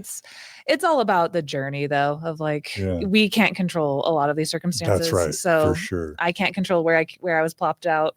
I can't control the information that I came in contact with. Yeah. All the viewers can't control that the YouTube algorithm kept pumping out Mormon Stories content. Oh, wait, it's my fault. It's Bill Reel. Yeah. Wasn't it Bill Reel that got you out? No, I'm saying the viewers that are watching right now that are here because the YouTube kept showing Eve's thing that's got 700,000 views. Like, you guys can't help that the algorithms put this content in front of your face. All I'm saying is things are a mixture of a lot of stuff. And so what do you do with every day and solve the problems right in front of you? Yeah. And that's all you can do. But yeah, the structures that we had that forged us, that's something that's always on my mind, that I have 3 little kids. Like, how are they going to turn out? Because we have such high standards for ourselves, and that Mormon high standards are still always deep down in there of like, oh, well, you guys don't have young women's programs. You don't have scouting programs. You don't have these kind of things. What can I replace it with so that you'll be awesome like me and your dad? Well, and look, I don't regret any of that service. It was an honor and a privilege. Exactly. And I loved it, but it was really, really hard. And you're crying about it. Well, look, part of what happened with me too was that a couple of years after being released as bishop, I was called to be the young men's president in the Klein ward, which was this massive ward with a huge youth program. And then I started having some kind of weird heart things that turned out to be anxiety. Maybe there was a health cost, you're saying. I think there was a health cost. That's where I think I was driving my... I see. If my body was a car, I was driving at 120 miles an hour for 10 years. And finally it gave out. And I went to the hospital with this pain in my chest. I see. And I was like, and they're trying to figure out what it was. And this was after a similar episode a year earlier. And I woke up in a hospital room with a cardiologist in my room, sitting there about 4:00 in the morning. And I said, have you figured out, because I'm like lawyer guy, cross-examine the crud out of these guys, if you figured out what's wrong, why I have that pain in my chest yet? And he goes, I'm not so worried about that pain in your chest, Neal. I'm more concerned about why your heart stopped beating. Mm. And I was like, oh, really? And then I vaguely remembered people kind of running around me, but apparently my heart stopped beating for some period of time and they had to resuscitate me. So then they put me through every freaking test known to man to figure out what was wrong with me. And finally, a neurosurgeon said, Mr. Rackleff, you are a very anxious person. And I'm like, what do you mean I'm anxious? I want to know what's wrong with it. And he was right. So I learned that I had anxiety. But I think that, and then I took steps to get medication and get better. Yeah. But I do think that the level of intensity at which I served professionally, church-wise, the combination exacerbated that and brought it to a head. So there's a cost. Yeah. So when church leaders are out there and they find people who are, pretty decent at leading, maybe give them a break every once in a while and not just ride that damn horse, pardon my language, until it practically dies. And Mormon stories stop dumping on Mormon bishops, right? Is that what you're saying? I just think it's a nuanced situation, and look, nobody talks about the positive experiences with bishops because that's not very interesting, right? And there are a lot of bishops that do stupid things and make bad mistakes, but there are a lot of wonderful people doing good stuff. I'm glad you're mentioning that. Yeah. Now, I will say an interesting phenomenon to me. It's a little bit off topic, but I don't care. It baffles my mind that at the local level, we made mistakes all the time, right? Every bishop you talk to will talk about how it's hard to get through a weekend, a Sunday without offending somebody. But then you get to the top levels of the church and the general authorities seem to believe that they are impervious to making mistakes and that somehow they're graduated to some celestial level where they're infallible. And I don't think that's very cool, but I'll talk about that more later. There's some hubris there. We'll get to that. Okay, Eve, back to you. So you, when did you first start having cracks in your Mormon shelf that kind of, and I know we're kind of covering some of the ground we covered in Carah and Mai's interview with you, but for those who came to this interview and didn't want to go back and listen, at what point in your life did serious cracks in your Mormon testimony first begin emerging for you? I think there were things that I put on my shelf prior to me going to my mission. I had a very close friend come out to me and as gay? Also as gay? Yes. And also telling me things that they had found out about church leaders.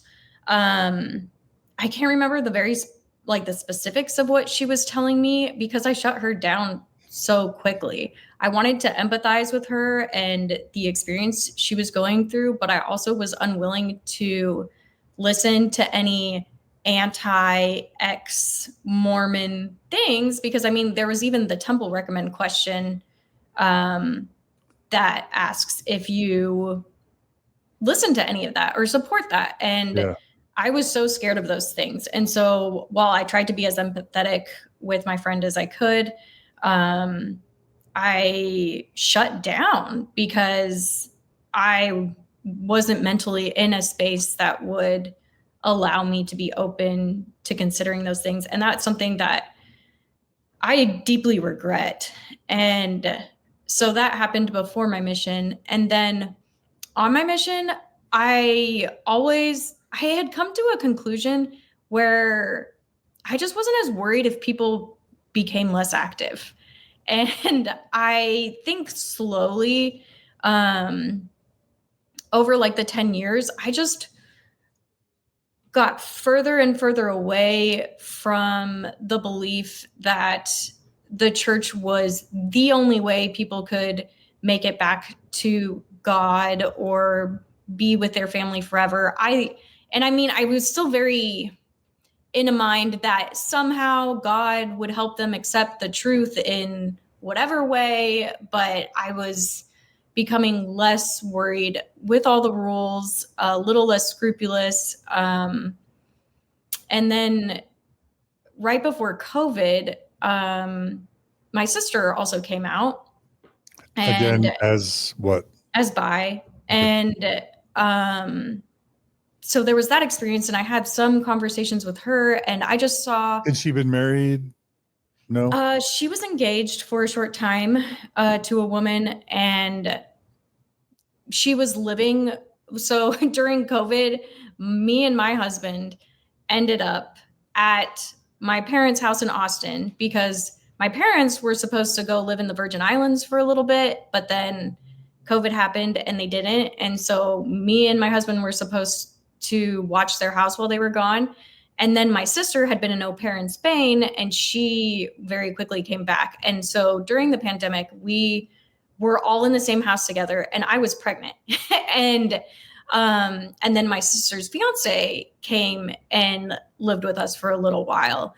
And that also was a time when, not soon after that was the musket fire talk. And just seeing how much pain, how much pain that caused my sister and her fiance. Was her fiance male or female? A female. Okay. Yeah. Got it. So your female sister who's bisexual just got engaged to a woman during the time Jeffrey Holland gave his super homophobic BYU rant. Yeah. And that was hard. And she had been a member too. Yeah. So. Yeah. Oh, the fiance was formerly was Mormon LDS as well. also. Oh, wow. And Okay. so painful to them, even like seeing how painful it was for them, even after they had left the church. That was one of my biggest things is I had people who were close to me, who were gay or LGBTQ, and I could not reconcile how God could treat them as less than in his church. And also during the pandemic, there were other things, honestly, around like politics and the Tim Ballard stuff that was going on. And I just was really grappling with how the people that I grew up with, we could have such opposing views, but be so aligned in our faith, supposedly. And all of that was really hard for me. And then on top of that, postpartum stuff, and then finding Carah's TikTok channel and her having like 100,000 followers. And I had no idea about it. And Carah and I were so close. Had you lost touch with Carah or not? I mean, we were as close as you could be, not living in the same state, but like Aaron and Carah came out and went to Texas, but right before the pandemic, and they stayed really close to us, and we hung out. And so I was still in contact with Carah. And like when we both moved back to Utah, I would babysit her kids. I helped her a little bit with some of the renovations on her house that she just sold. So we had a relationship, and I felt that it was one where she would have maybe told me these things. Finding that was another one of those cracks. So Carah, when you went down the rabbit hole before you joined Mormon Stories and started your ex-Mormon TikTok channel, basically, what did you go to Eve and say, Eve, let me just tell you all the things I've learned? Or were you afraid to do that? Were you hesitant to do that? No, I don't think I had a reason to. Well, she's a close friend. Like that, I'd be like, hey, you're one of my only Mormon friends, just letting you know I'm making this content. I don't think I did. I don't think I would have had a reason to. Think that like one of the last times that I saw her was like, speaking of insemination, I had just gotten pregnant the week that I went out to Texas to visit her. I remember that. And we were in our like that new ex-Mormon phase of like, we're allowed to go on that famous street where you go drinking. We're Sixth Street. Street in Austin. We go to see the bands there, but yeah. So me and Aaron were drinking. I didn't know I was pregnant yet, obviously. 2 days old, but and hanging out with Eve and stuff. But I don't think I was ever in a position to want to shake her faith or say anything about where we were with our faith. And were you afraid it would harm your friendship? Maybe. Yeah, I also just don't like putting people in that uncomfortable So you spot. started I would TikTok say channel That was for like the a year world? later, though. That was like a year later. Okay, got it. Yeah, Wow. this was before she had done her TikTok channel. And honestly, when she did come out to Austin, it was very new for you finding things out. And you were open with me, telling me that you didn't know where you stood. But that was, in my mind, much different. That leaving the church was much different to then going on and being on an ex-Mormon podcast co-host and doing your own channel and stuff. So there was a jump there where I think you were just trying to be respectful of me. Like, you had told me some of your concerns, but you didn't need to fill me in on all the little details when I was someone who was still very active. Yeah, So, I didn't like unload on you all of my thoughts or anything. I don't think I did. Yeah. No. No, that makes sense. I get it. Oh, and now that I'm thinking about it, is it worth mentioning, Neal, your discovery of the Gospel Topics essays as it relates to Carah? I think that might be interesting because you of all the people in this room and on screen, minus myself, I think you were the first to come on the Gospel Topics essays. Is that right? I think out of this group, other than you. Yeah. So, a lot of my work, I was the director of housing and community development for the city of Houston. And so we used HUD grant funding to promote affordable housing and inner city revitalization. And a lot of the communities that we served were historic Black communities in Houston. So I got to know a lot of really wonderful pastors in the Black community. And the issue of Blacks in the priesthood really bothered me. And in fact, we were taking this really wonderful man named Reverend William Lawson, who had been a friend and contemporary of Martin Luther King Jr. and was a civil rights icon in Houston, was really involved in the civil rights movement and in helping Houston to not have a lot of the civil unrest and problems that other cities experience. Anyways, we were taking Reverend Lawson to see Welfare Square and homeless facilities in Salt Lake. And Blacks in the priesthood always bothered me. And I stumbled across this Gospel Topics essay about Blacks in the priesthood. And I read it and I was like, oh, finally, there's some kind of definitive church published explanation as to why this happened. And what I liked about it, since then I've realized that it wasn't particularly accurate, but what helped me feel better about the situation then was that they pointed out that this was never a doctrine of the church and that this was really a political thing. And I remember talking to Reverend Lawson about this too, and about Blacks in the priesthood. And I was telling him about the theory that was sometimes propagated in the church that because they're the seed of Cain, that there was a curse there and they weren't able to hold the priesthood. And he said, Neal, that's not just in Mormon theology, that's in a lot of Protestant theology. And that's a common theme. So anyhow, I had come across that. And I think when we were in the car, I was like, hey, I found this cool Gospel Topics essay about Blacks in the priesthood. Yeah. And I think, was that the first time you'd heard of it? So we just remembered that amongst ourselves because I forgot that you played a part in my unraveling and in my shelf. And I'm like, that's so funny when you rewind it that I've even because obviously I had a relationship with Eve, but then Eve's parents, where are you guys? You're off in Texas. But there was a time in which you guys flew into Salt Lake and I picked you guys up from the airport and we were driving down to Provo and I was doing a nice charitable Christ-like act. And as I love to do for the Rackleffs. And I remember we got talking about the gospel and you brought up that Gospel Topics essay and I'd never heard of them. And I think it's just this very, ubiquitous kind of feeling that Mormons have where I wasn't really questioning the church. I think Aaron was kind of on his way out of the church. That's probably what we were talking about at the time, like some of Aaron's concerns, my husband. And that when you brought that up, there's this ubiquitous feeling where if you just know that there is, don't even talk about the CES layer, just a place that there is, the church is offering more information that might tip the scales.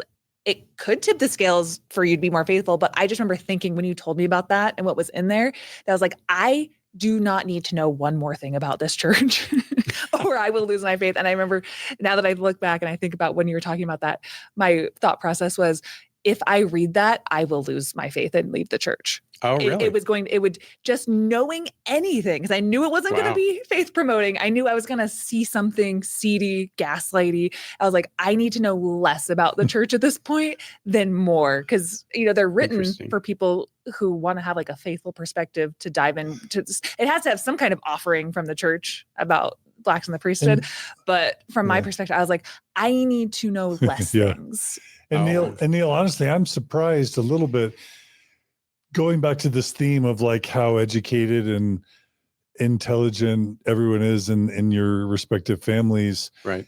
And yet it wasn't until a couple of years ago, 2023 or whatever, that the light bulb started coming on, thanks to Eve. Like, I've met many, many, many, many people who, when they first read the Gospel Topics essay on Black people in the priesthood, that's when they lost their faith, because it's a pretty simple math equation. If the brethren got that wrong, what else have they gotten wrong? And you, Neal, were even predisposed to want the church to admit that that was never doctrine to begin with. Yeah. But it sounds like, in spite of finding out about that essay, reading it, and liking the outcome, you didn't put two and two together to ask yourself, wait a minute, then what are the implications for polygamy and LGBT people and just Joseph Smith and truth claims and Brigham Young?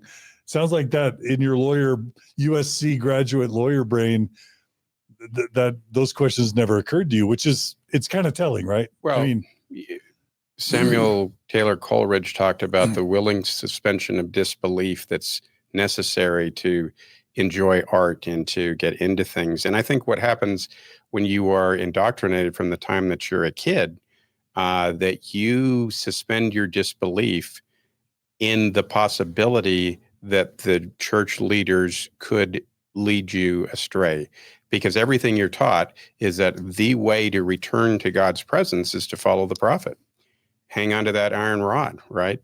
And so it is, like Christa said earlier, once we became more objective, we looked back and said, how were we not more objective earlier? What in the heck was going on? And I think it's because we were indoctrinated. And that's something, because when it's one thing if you're just a normal human, but if you're like a scientist or an attorney, you're trained to have a critical skeptic mind, to not just believe what you're told, to use logic, to doubt, to be skeptical, to use critical thinking skills. Right. And it's not trivial to note that so many super smart, super educated, otherwise very critically thinking Latter-day Saints just shut that stuff off for their whole lives. Right? I have a little bit of a theory as to why some of that occurs, particularly with people who've been in the church for a long time. And it's something I don't hear talked about a lot on your shows. And that is that I do believe that there is some kind of revelation, inspiration, and that there's a divine presence, that there's a God who answers prayers and is watching over us. And I think that what happens in the LDS faith is that if you're in it long enough and you're trying to do what's right, I think many of us have experiences where we feel we've been guided by God in ways that are beneficial to our family, to our friends, etc., right? And to other members of the church. To other members of the church, right? And I can give you lots of examples, which I won't take time to do now, where I had thoughts and impressions come to mind as a bishop and otherwise that just could not it would have been statistically almost impossible for them to be coincidences. One quick one. I'm at the stake center once and at a stake conference or something, and this thought comes to my mind, go to Bishop Seavey's office. I'm like, well, where's that coming from? I don't need to be at Bishop Seavey's office. Go to Bishop Seavey's office. So I listen to the thought, the prompting. I go to Bishop Seavey's office. He opens the door. He's like, okay, I'm glad that you're here. You were about to start. I'm like, start what? And there was a meeting that had been scheduled with the stake president and him having to do with some kids in our seminary program, but nobody ever got the message to me. And I felt prompted to go over there and show up. Now, I've had a lot of experiences like that. What my working theory now is that if I had been a Methodist or a Buddhist or a Muslim or a Jew, and I was trying to help people in my community, I believe that I would have had divine guidance in helping me do that. But I think what happens with LDS people is that you are searching for some spiritual witness to confirm your testimony. And so if you have some experience with the divine in the context of Mormonism, you extrapolate from that means that all the truth claims of the church are therefore true. And that's part of the way prophets have taught us. The Book of Mormon is the keystone of our religion. If you learn that it's true, all these other truths fall into place, right? And so I think when you are trying to talk to people who have had years in the church and have had experiences with the divine in that LDS context, and you try to tell them that this church is horrible or misguided, a lot of them are just going to be like, I've had good experiences here. God has been with me in this organization. But I think we extrapolate too much from those experiences. I would agree with you, except I would say that all religions, all people of all religious persuasions do that, not just Mormons. Oh, extrapolate that to mean that theirs is the true one. I think Methodists and Presbyterians and Catholics and Buddhists and Muslims and Jews, everyone does it.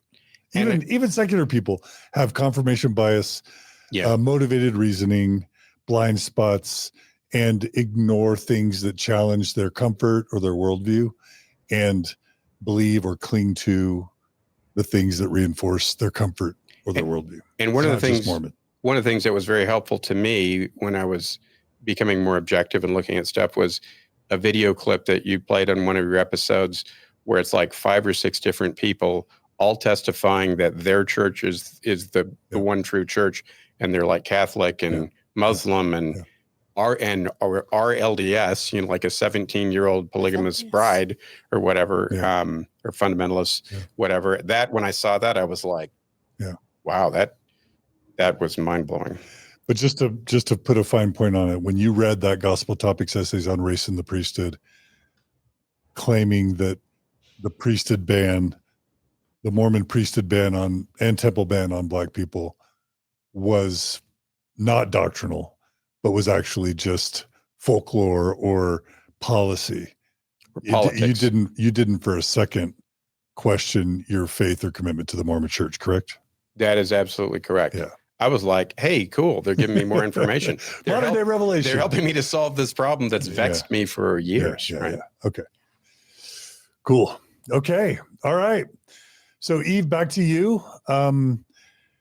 We were talking about your, cracks in your faith, and you started. You mentioned Elder Holland's talk. You mentioned LGBT sympathies with your bisexual sister who's engaged to a woman, and then you noticed Carah and Aaron acting differently, and then I'm guessing you stumbled upon Carah's TikTok, her sort of comedic, but also very ex-Mormon and sometimes very off-color and inappropriate. Just kidding. TikTok? Is that TikTok. Viral?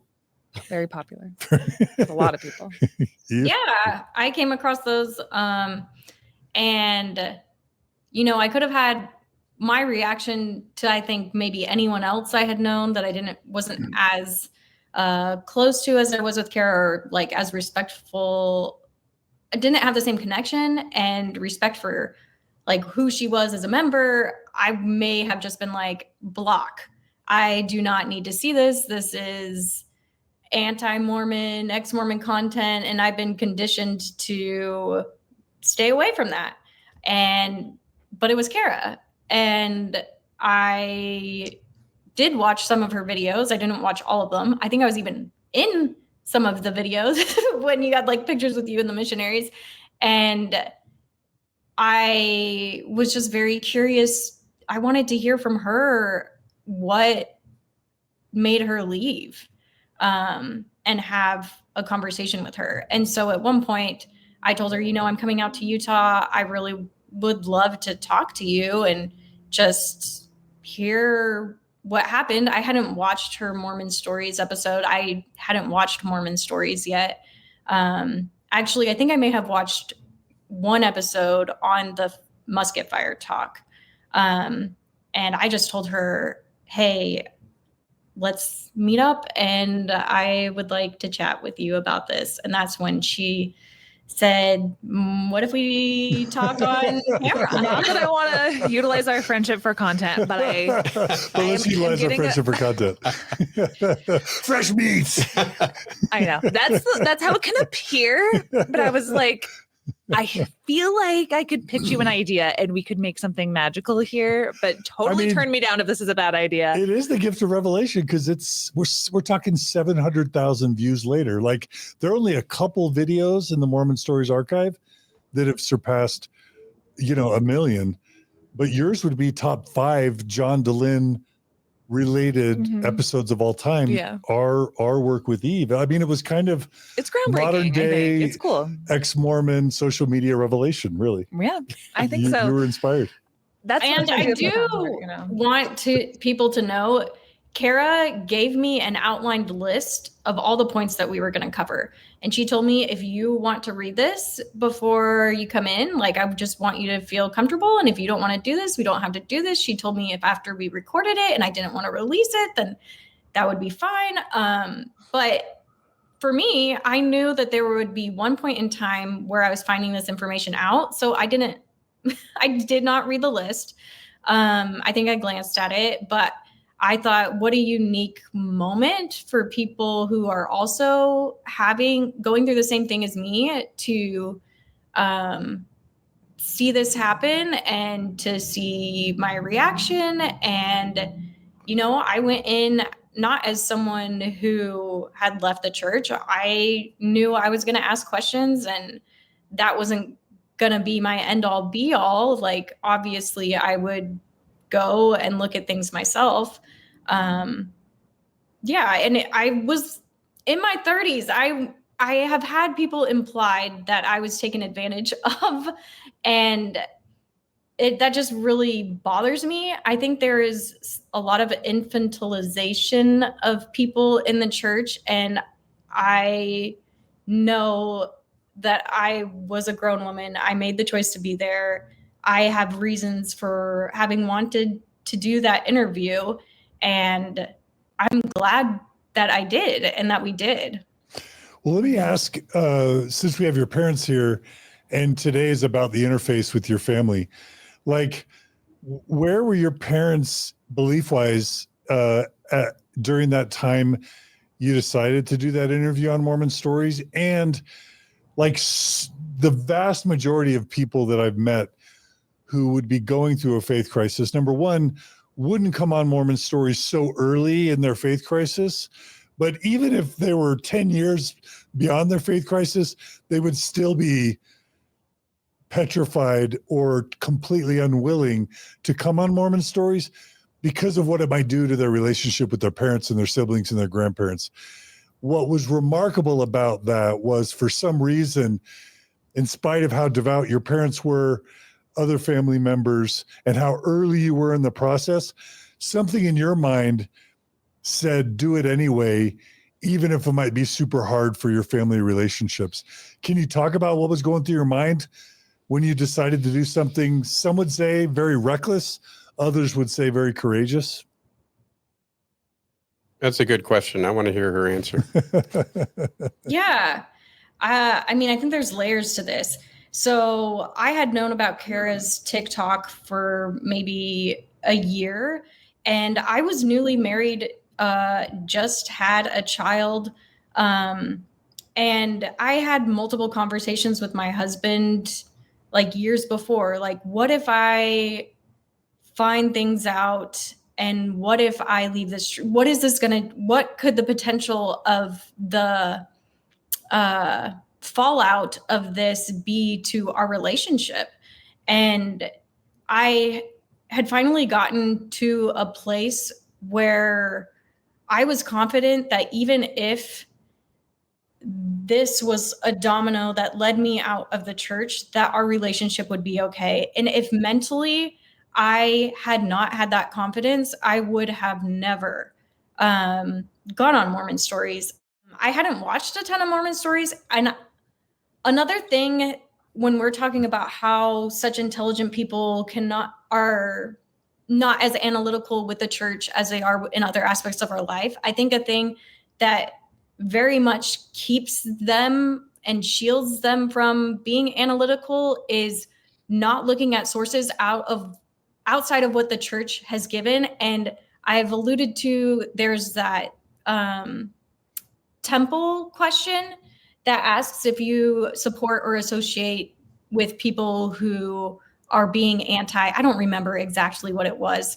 But when I was going on Mormon Stories, I was thinking about that question, and that question kept me from all of the Mormon Stories stuff. And I knew that if I went on Mormon Stories, the only people that were going to really watch or find it would be people like me who had questions or maybe who had left.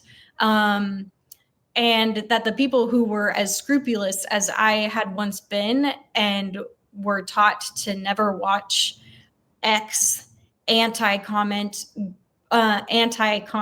would not be the ones who would be seeing the video or would pay attention to the video. And so that made it feel less reckless to me because of that whole situation, if that makes sense. So if I just heard you correctly, you just said that you didn't think your parents would end up seeing it.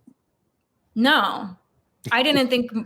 Which is super common. Like you guys are laughing. Like we've had 2 currently serving bishops come on Mormon Stories, and they're like, oh, no one back home's going to find out. Like in both instances, they had like voice messages from their stake presidents, like before they arrived home. One of them was released. He was like, oh, wow, from another country, came here, did the interview. And that same weekend before he got back home, he was already released as bishop. Wow. If you come on Mormon Stories, everyone's going to hear your parents, your siblings, your in-laws, extended family. Well, I mean, it's partly that Mormon Stories is really big, but really what's going on is Mormonism's really small, and people talk and people are connected. Everyone's 3 degrees of separation from each other. And you're going to have mission companions, former home teachers, friends from school, aunts, uncles, cousins. They're all going to find out. But I also, Eve, there's no way we interviewed you, because I do this with every single guest I have. There's no way we interviewed you without telling you your parents were going to immediately find out. Right, Carah? I mean, it's been a long time. Well, that came out in 2022. I mean, I'm just saying that I have this conversation with everybody because they're like, well, I'm not sure. I'm just hoping my parents don't find out. And I'm all I know is I gave her plenty of times to back out. I'm just going to say, I tell people they're going to find out the same afternoon it's released. Everyone's going to find out. Well, we only found out because she told us. Really? I think you may underestimate the scrupulosity that shields people from this, because honestly, I had looked at Carah's stuff, but I hadn't watched any Mormon Stories before I went on. And if my fully believing self had come across Mormon Stories and I had realized what it was, I would have immediately blocked your channel and I wouldn't know. No offense, so my perception is that anyone who's very, very devout is not listening to this stuff. And even if it did come across their algorithm, they would take whatever measures they need to not see that, because that is one of the temple questions. And if you are supporting or listening to anything that is anti, then you can't go to the temple. That's how I felt. And so while I do think that you have great reach with your platform, I think and I know members of my family who have not watched my episode, and people who refuse to watch my episode because of those reasons. So that's the space I was in. No, well, I don't want to. My point is not at all that Mormon Stories is big. And by the way, I still believe that 95% of Mormons in the United States have never heard of Mormon Stories. So it's not, I think the bubble's real. I say that every episode. The bubble's real. And we were definitely in most that Mormons bubble. are in it, and most Mormons to this day have never heard of me or Carah or Mormon stories or whatever. Speak for yourself, John. Okay, maybe not Carah, but me for sure. But my point is that when someone does something that's perceived as anti-Mormon, word gets around very quickly, even if it's New York or Connecticut or Texas or whatever. So, and I felt confident that what I was doing was not anti-Mormon, right? Because I wasn't coming on as someone who had left. I was coming on as someone who was just listening and was going to ask questions. And there was that point. I was watching the episode to prepare for this. There was that point where I break down and I say, am I going to be excommunicated? And you can see that real fear as we're going through the episode within me. I was terrified that was going to happen to me. I didn't think that before going into the interview, but that was something that kind of settled occurred in to you. Yeah. During that interview. So Eve, let me ask you if your testimony going into that interview that day, if your testimony was a pie chart, how much of that, what percentage of that pie was still a believing Mormon versus no longer believing, if you had to reduce your testimony the day of that interview into a pie chart? I think it's hard to quantify, but I would say maybe like 80%. I had 80% believing? Yeah, I had strong. Yeah, totally. I had strong doubts. But another thing that had happened with the pandemic was we were all doing like the online church. And so that also created space for me. Yeah, I would say 80, maybe higher. Wow. And I think I would have perceived it was lower because I would never actually want to intentionally. I know people won't believe this or some won't, but I actually would never intentionally want to pull someone out of the church from an interview. I would worry that would be manipulative, underhanded, abusive. Yeah. And so I think it would have been my perception when Carah and I agreed to do this, that you were sort of like pretty much on your way out or out, but you just hadn't processed it. That's just how I think back to it. I was probably the lying snake in this Garden of Eden in between, where I'm like, I have this great fruit. Both of you come together. She's on her way out. Anything Eve, for good content. This guy, John DeLynn, don't look him up. He's a nice friend. He's just a friend. He has a studio. It's in a basement. You'll fit right in. Okay. Well, anyway, so Eve, I'm super curious now. This is sort of a meta interview, but like, tell us your reflections of what you were thinking or feeling during the interview, and to what extent, other than sort of wondering in terror whether you were going to be excommunicated, how was the interview the same or different than what you expected, and what was comfortable versus uncomfortable, positive versus negative about that interview experience? We've never really talked about this, so I'm curious. Yeah. And I would say going in, I was prepared to leave if that was what it came to. The interview. The interview. No, I was prepared to leave the church after finding, like, not right after that interview, but after doing research and things. Like, I had mentally gotten to a place where I just wanted to know what was true. And I had to get to a place where I could accept that if this isn't true, then it's not true. So going into that interview, I knew I was going to find out things that were not going to make me happy. And that kind of went as expected. Leaving the interview, honestly, it was almost an out of body experience, because we were in Salt Lake area. And then I was driving back down to Provo, and the whole time just driving down the road, I'm like, is this all a joke? What is my life? It felt, and my child was projectile vomiting in the car behind me. So it was a weird experience. And after the interview, you were realizing, whoa, my whole life might have been a lie, basically, or built on a lie. Yeah. And that I was a 7th generation Mormon, and I don't know. It was a very heavy ride by myself with my 2-year-old back down to Provo. And do you remember which 3 of the things you learned? Like we talked about 10 things, right? I'm sure No, we did 5. We did 5? Yeah. So I'm sure, what were the 5? Do y'all remember? It was mostly stuff that dealt with Joseph Smith's, like, the end of his life and declaring himself king of the world. And like a big one was, Eve, like, do you know how Joseph Smith died and why he was like martyred, and the story that we were told as youth versus the real reasons that, that led to him being killed. So the novel expositor, the polygamy, Exactly. and the Carthage jail, and his martyrdom. Yeah. I'm sure we would have talked about. And then polygamy. Polygamy was a big one. Yeah. I'm sure we would have talked about Stone in the Hat. No, and we the didn't. We translation of the Book of Mormon. No, we did, because we did a 15-part series, and you and I had already done the first 10. So that was just the last 5, because I always have to think outside the box, and I want to do something different for every single episode. So I was like, for the last 5, can I invite my friend Yvonne and we'll tell her about them? Did we do Joseph drinking alcohol? Did we do that one? We might have done that a little bit. We mentioned that he drank wine. Polyandry. Polyandry. Because that nailed me. So wait, go ahead, say that, Neal. Polyandry was what blew my mind. Tell our viewers and listeners what that is. Well, here's the crazy thing. I'm 58 years old.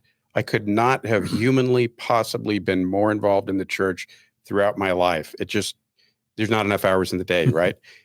And I hear this term polyandry. Yeah. I'm as familiar with polygamy, and I'm like, they said it wrong. It's polygamy. What the heck is polyandry? Yeah. And polyandry is when a man is married to another woman and that woman is simultaneously married to another man. So it's a woman being married to multiple men. Yeah. And it just blew my mind. I'm like, what? And this is on the church website. And there wasn't just one, and there's 12 or 13. And so I will go into this more later, but that I had church history classes at BYU, a couple of them.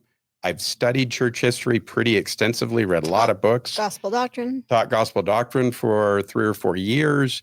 And I'm like, how in the heck am I just hearing that word at 58? And I posed that question to my stake president, which I can get into later, but that blew my mind. Mm-hmm. Okay, so Eve, you're going home feeling like your life may have been built on a lie. I'm curious how long it was before you told your parents that you'd been on Mormon Stories, and then I want to process what you coming on Mormon Stories did to your relationship with your parents and your family, because I remember receiving a message where you were feeling kind of frustrated at the aftermath coming out of that Mormon Stories interview. So just take us through some of that, if you don't mind, just because I'm curious. Yeah. Okay, where am I starting? So immediately going home, I looked up the CES letter. I looked up a letter to my wife. I looked up the Year of Polygamy podcast. I listened to a bunch of that. And I did that like very quickly after returning home. And then I was the Relief Society activities coordinator, and I called the Relief Society president. I hadn't been in my ward very long, and I just told her, I'm not coming back to church. I can't do this, and I will do this last activity, and then I'm leaving. Please inform everyone. I do not want ministering sisters. I do not want people reaching out to me and talking to me about this. Another thing that I listened to very quickly after was I watched the documentary on the NXIVM cult, and just seeing the parallels there. Between Joseph Smith and Keith Raniere, are those the parallels? And the fact that this man could deceive people the way he did in the age of technology, and these people still being deceived that way today, it just made it so plausible to me that how easy it would have been to do similar things to people who did not have cell phones and the internet. Yeah. And so I don't know when it was, like a week after we did the video, that Carah then put up the video. And I remember when she put it up, I was in Houston. We weren't living in Houston at the time, but we were visiting my parents, and I saw the numbers going up on that video so fast. I think it got to like 40,000 views in a couple hours. And I just felt like at that point, that's when I thought, people are going to see this. And I want my parents to hear from me that I went on this interview with you and Carah, and not just randomly have it pop up on their phone or hear it from someone else. So I went and I told them, and I said, hey, I went on this interview and I was just listening and asking questions. You do not have to watch it, but I want you to know that I did this, and I want you to hear it from me instead of finding out from someone else. And I also texted my siblings and their spouses and told them the same thing. So. And what was that like for you guys? Had you ever heard of any of this stuff, let alone Mormon stories? And what was it like? I'm assuming you hadn't. So like she's mentioning a podcast that you've never heard of. You have no context. And all of a sudden she's saying, we knew who Carah was. We'd met Carah. She was worried about telling us, but we were like, no, we want to see it. We want to know what the questions are. And we watched it right away with her. Yes. Right when I told them that evening, I mean, we were at their house. I told them, and they immediately said, we want to watch it. And we sat down on their couch and we watched it right then. There was no hesitation from them to be open to listening. So was there any initial reaction of how dare you do this, or no, I'm worried about you, or you've betrayed us, or no, anger or any of that stuff. In fact, it was the opposite, right? I had been taught my whole life, don't listen to ex-Mormon, anti-Mormon content. Don't read it. It's poison. The people who purvey this stuff are evil. They're enemies of the church. They want to destroy your faith. They are bad voodoo. Stay the heck away from them. However, when our daughter told us that she had just gone through this experience, I wanted to know what she had learned so that I could help her. Right. There was no feeling of anger. And we also said to her too, literally, we were together when we had part of this conversation, at least. And we were like, Eve was like, well, I'm just worried that you're going to be upset, when you see this. And we're like, it's just information. We both said that. Yeah. We're adults, we can handle this. Big deal. We'll, and we love our kids. And from a spiritual perspective, in my mind, this could be spiritually detrimental to my daughter, who I love. And therefore, I'm willing to jump into that potentially spiritually dangerous space because I love her and I want to know what she's going through and I want to help her.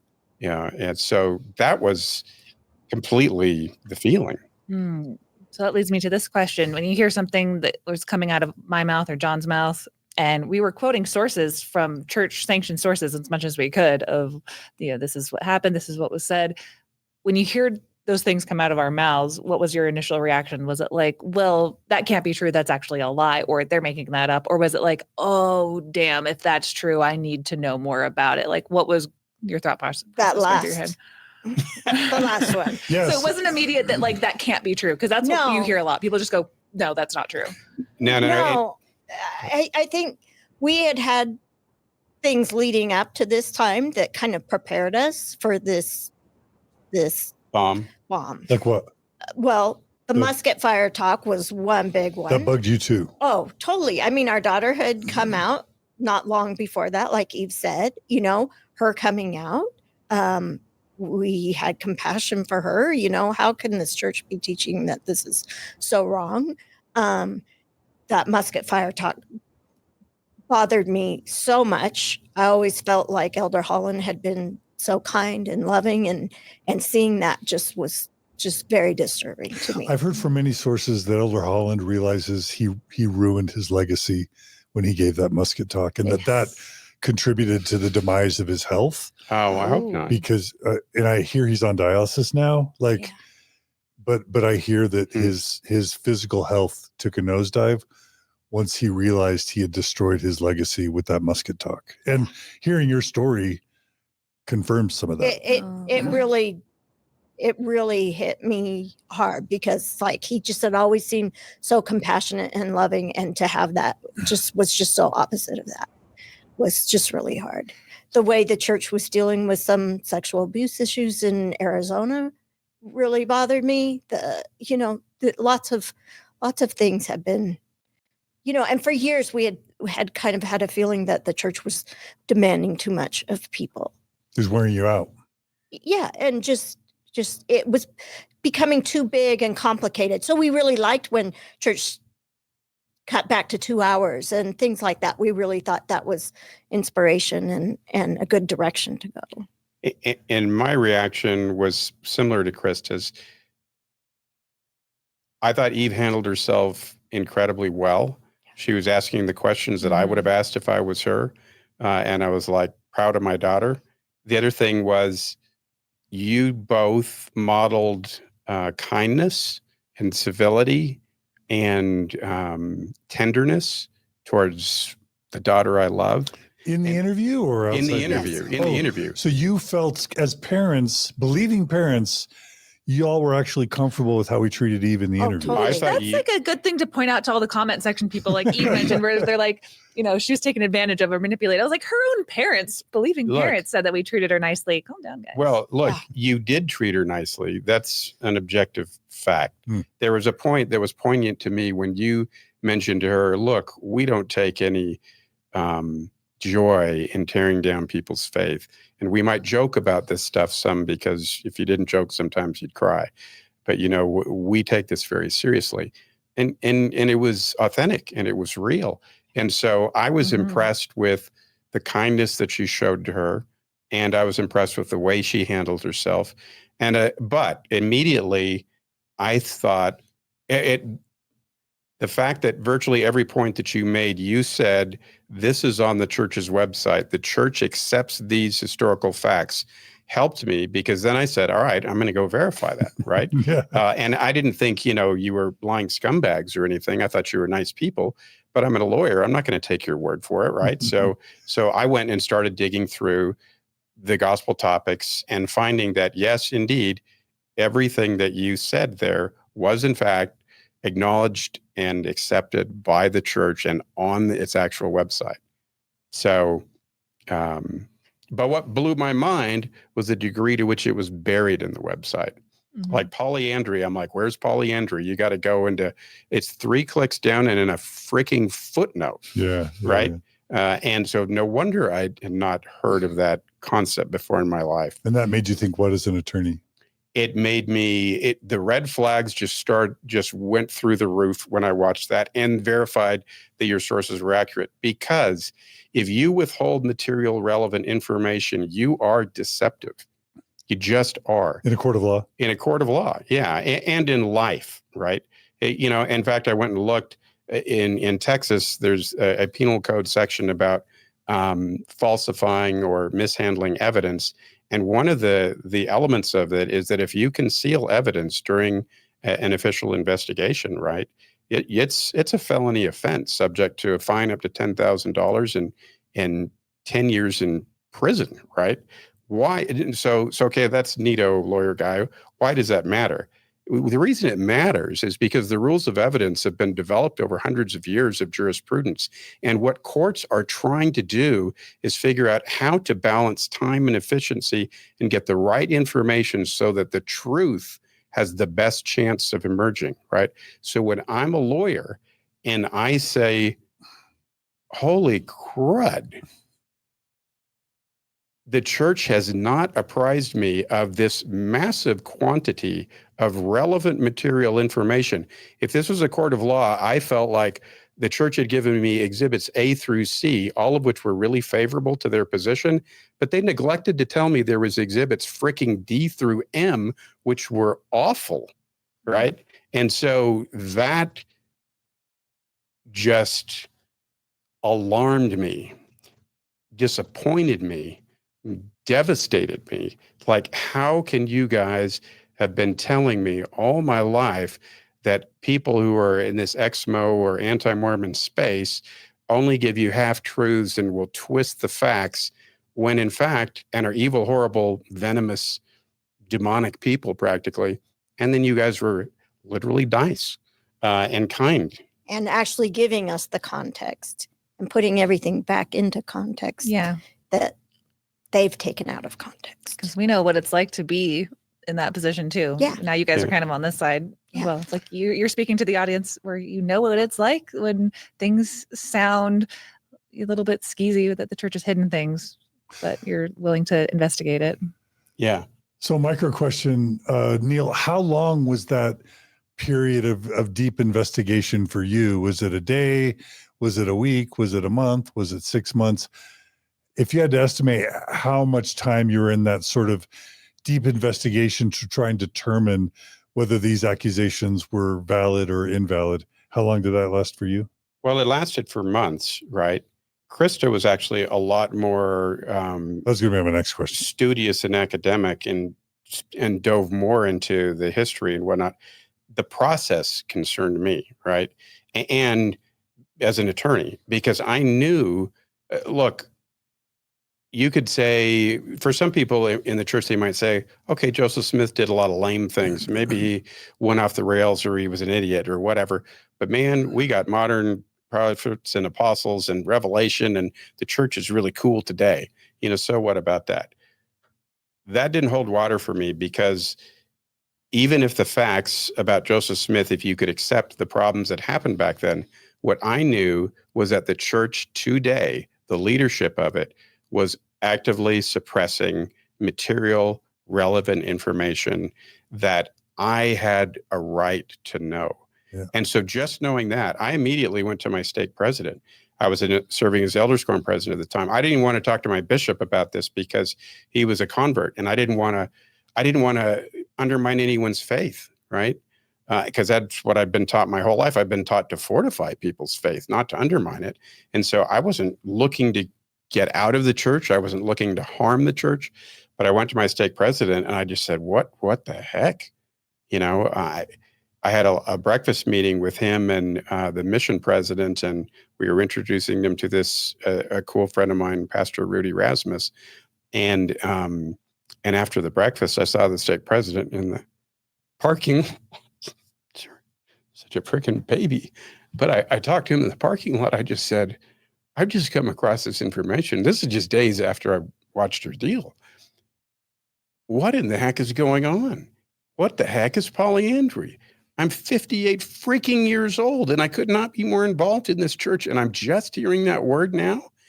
And I broke down in tears in the parking lot of the restaurant, and I scheduled an interview with him and had a series of interviews with him, one of which was 4 hours, ish. And I went in a complete non-argumentative lawyer guy mode, like ultra vulnerable. I went to him and I said, look, you're going to have kids, grandkids, members who stumble across this troubling information like I have, and maybe I can help you minister to them. Let me be your experiment, your test case. Like I'm going to come to you with total vulnerability, and I'm also going to give you constructive feedback on how I think you're doing, because I'm not intimidated by you. I mean, I've testified before the United States Senate. I'm not worried about the authority figure of a stake president. But I said, young people are going to vote with their feet. They're going to hear this stuff, and you're never going to know about it. So my central point with him was, I said, I got one question for you. Tell me how polyandry is okay based on any established doctrine or practice or principle canon of the Church of Jesus Christ of Latter-day Saints, including Section 132, because I don't see it. How can this have been okay? How can Joseph have married 12 women who were already married to other living men. Right. And that number was in the footnote on the church website too. Yeah. This was not you guys Yeah. pumping up some crazy stuff. Yeah. You know, it was there and it acknowledged. So he's a really good man and a good friend. And I love him for the hours that he spent with me, was very charitable. When you first asked that question, had he even heard of the word polyandry? He's a very educated guy who knew a lot about a lot of these issues. He speaks like 3 languages. He'd studied church history extensively, but seemingly always from an apologist's perspective. He told me, when you look at polygamy, you need to read Brian Hales. And he said, and also, you know, don't go down that polygamy rabbit hole, because I've seen what happens and it isn't good. Doesn't end well. Doesn't end well, right? Oops. And so I said to him, I'm going down this rabbit hole to save my daughter. And the analogy that I used with him was, this was not long after the Uvalde shootings, right? And In Texas, right? In Texas, right? Where numerous members of law enforcement waited 45 minutes in a hallway while children were killed by a gunman in there. And they were too hesitant for a lot of other, who knows exactly why. The facts are that armed men stood in the hallway for 45 minutes while more kids got killed, and their cell phone messages were saying, people are shooting us, and they didn't go in. And I said, the way I look at this is, my daughter is in that classroom. She's in spiritual danger. I'm diving into the damn rabbit hole. Screw you, you know, pardon my language. Not going to stand in the hall. No. And so avoiding to study, right? Just to avoid harming myself. No, this is what a cowardly thing to do. Yeah. And the truth matters. The truth matters. Where'd you learn that? Truth is knowledge of things as they are, as they were, and as they are to come. And Doctrine and Covenants 93:24. Oh, say what is truth? 'Tis the fairest gem, right? Yeah, and so he was never able to answer that question, but instead gave me reams of information about how awesome the church is. And I'm like, dude, we're in violent agreement. I get it. It's a great institution. It does wonderful things for all kinds of people. Answer my question. And he never would, down to the last interview, because he didn't have an answer, because there isn't a good answer. And that was a bummer to learn. That was devastating. But he's a good man. He tried his best. Wow. Yeah. Okay. And this is what, a little more than 2 years ago, basically? Mm-hmm. Yeah. The other thing I told him, and I was praying about this stuff too. So people think that folks who have questions are just these, you know, people who want to go sin and they're losing their faith. I approached this prayerfully. I remember We both did. We both did. Yeah. I remember driving to his office for the first interview and praying about this. And the thought came to my mind, ask him for a sabbatical. You know, like professors take time off to re-energize. And I was the Elders Quorum president. So I said to him, I need to be released. The only time I've asked to be released to any calling in my life, except one other in public affairs when things were awkward with my political job. But I said, I need a sabbatical. Dude, I need time to process this stuff, and I need time to study and to learn and to understand what is true and what isn't regarding the church's truth claims. And he was really cool about that. He released me like the next week. So the acceleration of this from seeing that podcast, it was only a couple of weeks till I asked to be released. Oh yeah, it was very quick. And I mean, the repercussions were swift and comprehensive, far-reaching. Powerful.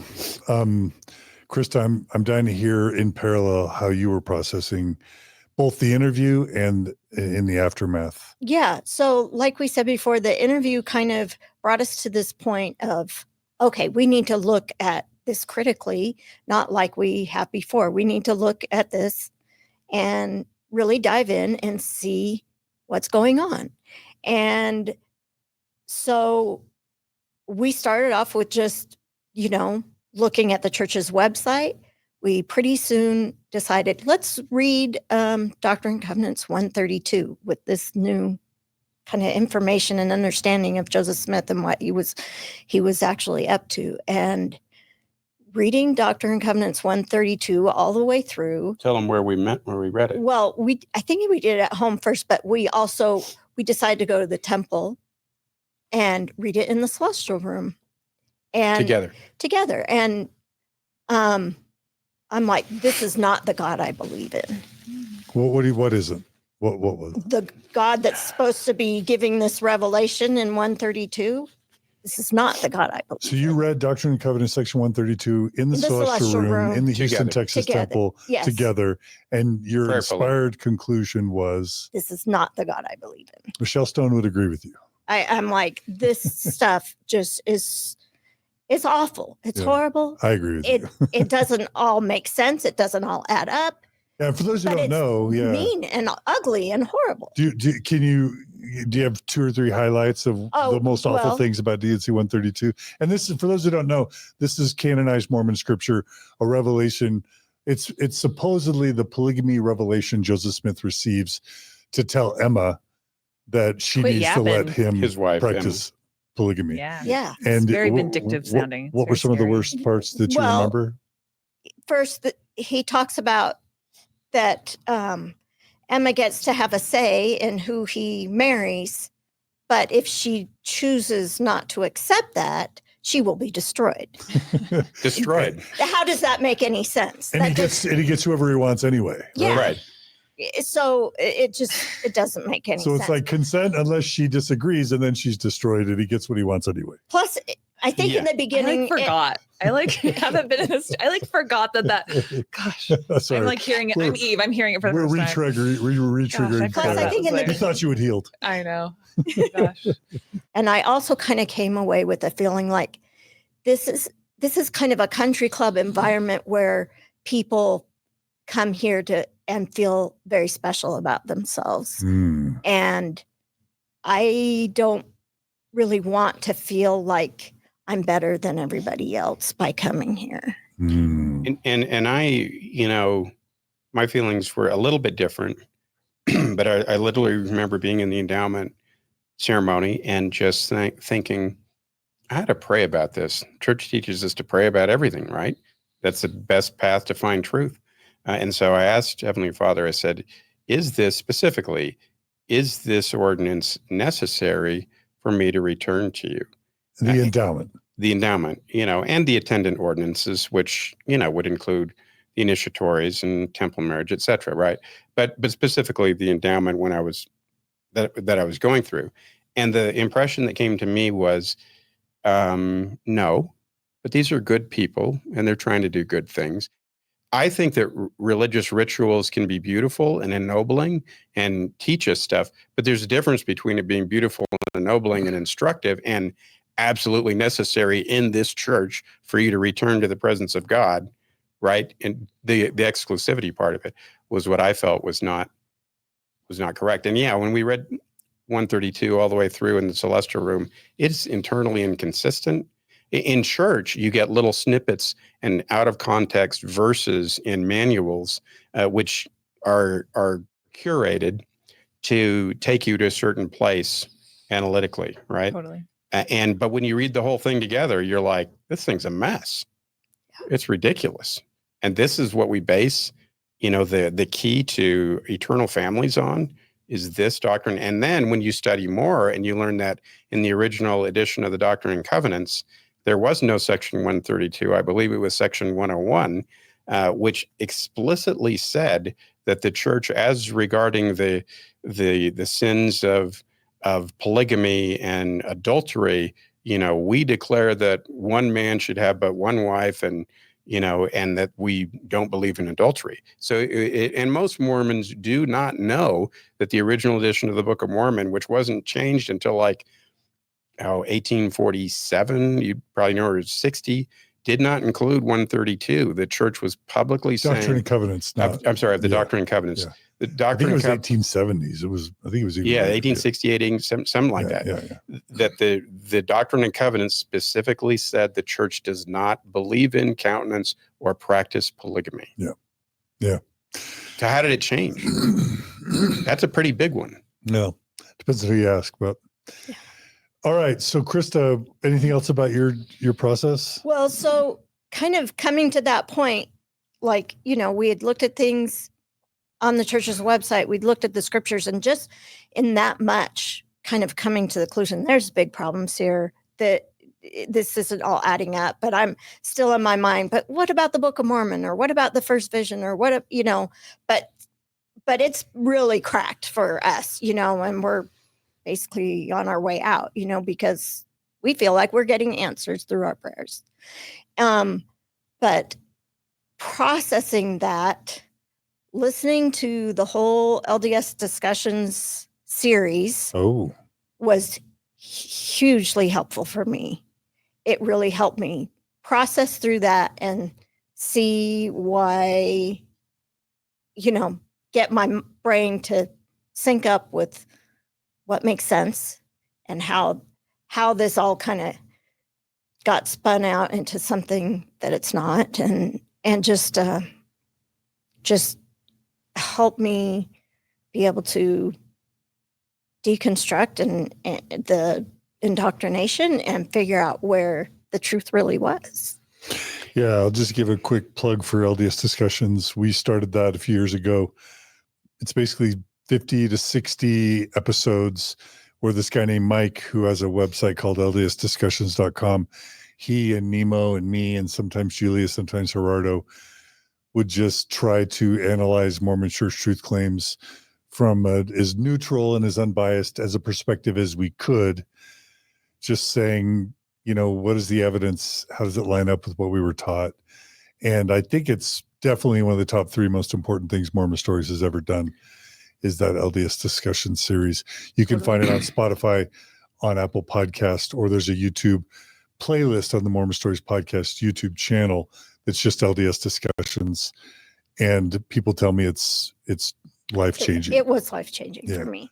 It was, going through the process and trying to deconstruct this, it was kind of my lifeline to okay, I am on the right track. Like, I am saying, to be questioning this and to be, there are answers that make sense here.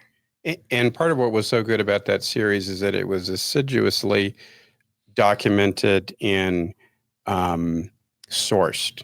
So there were slides throughout it where you could go to, the Joseph Smith papers. A lot of really relevant, helpful stuff is available in the Joseph Smith papers that the church itself has put on, online, right? And so I would go through and say, I'm going to look at this point and that point and that point, and it was extremely helpful. I want to read something that encapsulates for me why history and an understanding of it is so important, because sometimes people will say to me, so what if the church's history has got some warts and it's sordid and it's got some issues there? Big deal. This is from the TV show, The Foundation.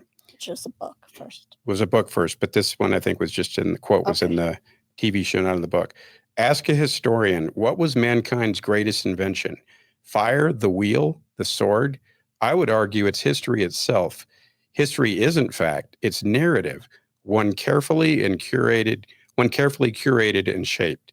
Under the pen strokes of the right scribe, a villain becomes a hero, a lie becomes the truth. What we choose to tell our children and what we censor, what we illuminate and what we gloss over. History is an act of addition and subtraction. A wise man once said, a people without history is like a tree without roots.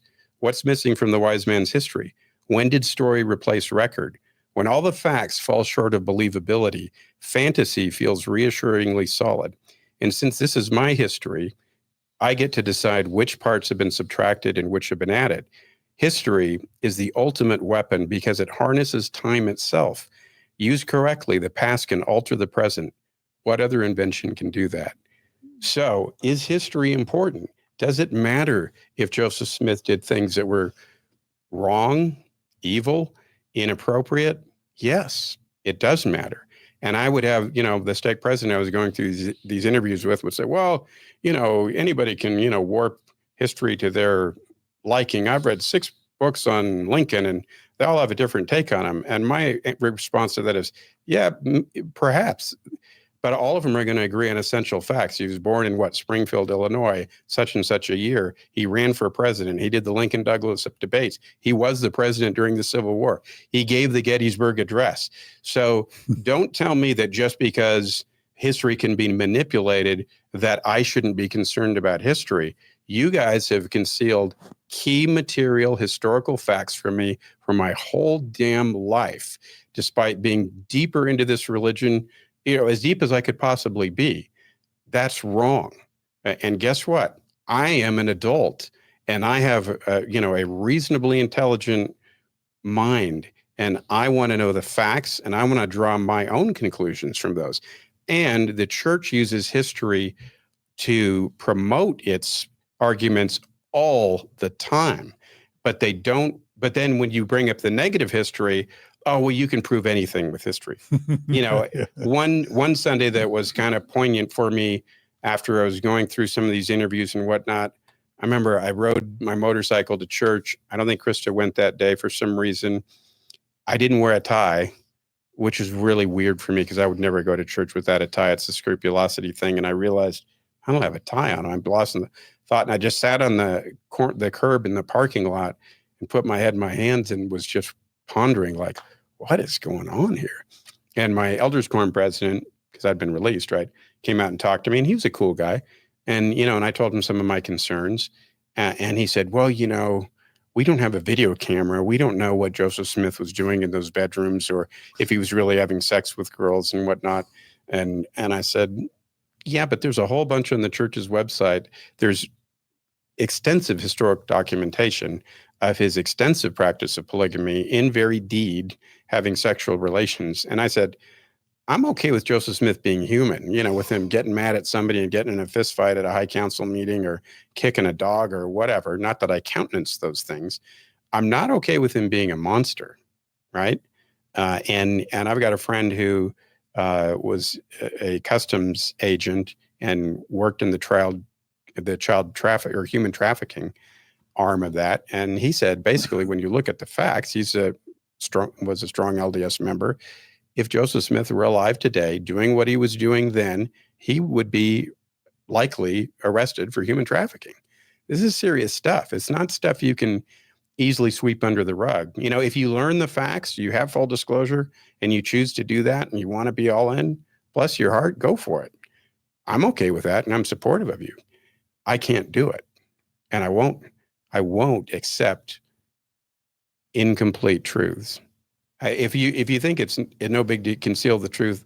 Here's a hypothetical I came up with. Let's say a guy is, 3 hours late coming home from work, and his wife says to him, hey, Dave, how come you're coming home late? Well, my friend Mike, he's having a really hard time, and I just felt like I needed to be with him. Okay, cool. What if he neglected to tell her that they went to a strip club and did cocaine? That's the way he felt to be with his buddy. Did he tell his wife the truth? Was he honest with her? I would suggest no. When you withhold material information, you are being deceptive. And the church has done that massively. And I think the only thing that changed that was the advent of the internet and search engines, when they could no longer control the narrative. I don't know if you want me to go into that, Annie, but or save that for later. But no, let's definitely get there. But let's pause for a second. Sure. Now. Eve, I want to check in with you. Were your parents, as they're like deconstructing, reading the gospel topics essays, talking to church leadership, listening to and watching LDS discussions, and I'm assuming other content, maybe even Carah's TikToks, I don't know. Didn't watch many of them, sorry. I'll text them to you later in the group chat. You can catch them. But Eve, were you aware that your parents were kind of going down the rabbit hole? Were you in communication with them? And most importantly, how was that for you? How did it feel for you? And I don't know if you remember the message, the direct message, I think you sent me on Instagram, where you weren't in such a good spot necessarily feeling good about the aftermath of the Mormon Stories interview. share with us any and all of any of that you want to talk about. Yeah. So I exited much quicker than my parents did. And so they spent half a year going over these things, but when it took me like a week. So I was very grateful, and it was nice to process some of that with them. But at the same time, I mean, their process was a little slower and I was ahead of them, and I didn't know where their process would lead them. And when you first start questioning things, you try and be apologetic. But when you're at different phases of this deconstruction, like if I'm totally out and really angry and they're trying to be apologetic, that's just hard. So there was some difficulty there. And when I did reach out and message you, and I messaged Carah too, I was so grateful to have Mormon stories to listen to help process these things.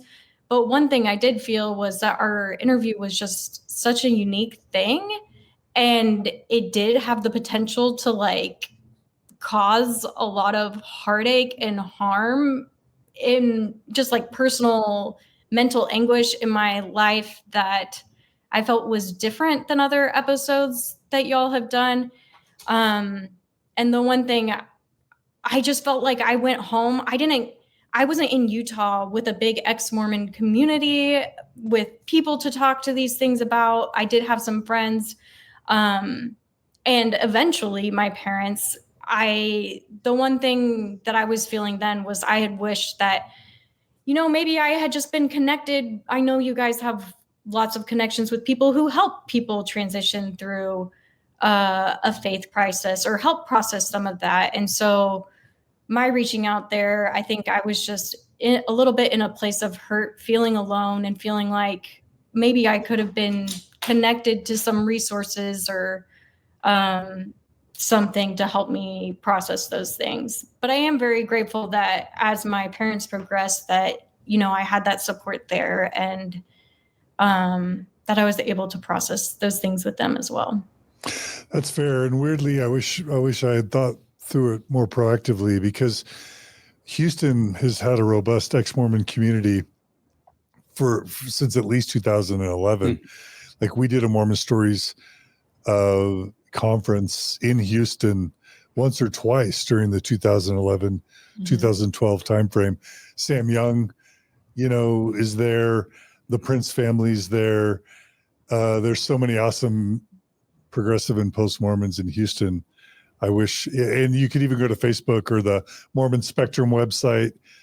We used to have these huge directories of progressive and post-Mormon communities all over the world that would be aggregated either on the Mormon Stories website or on the Mormon Spectrum website or on the Thrive website.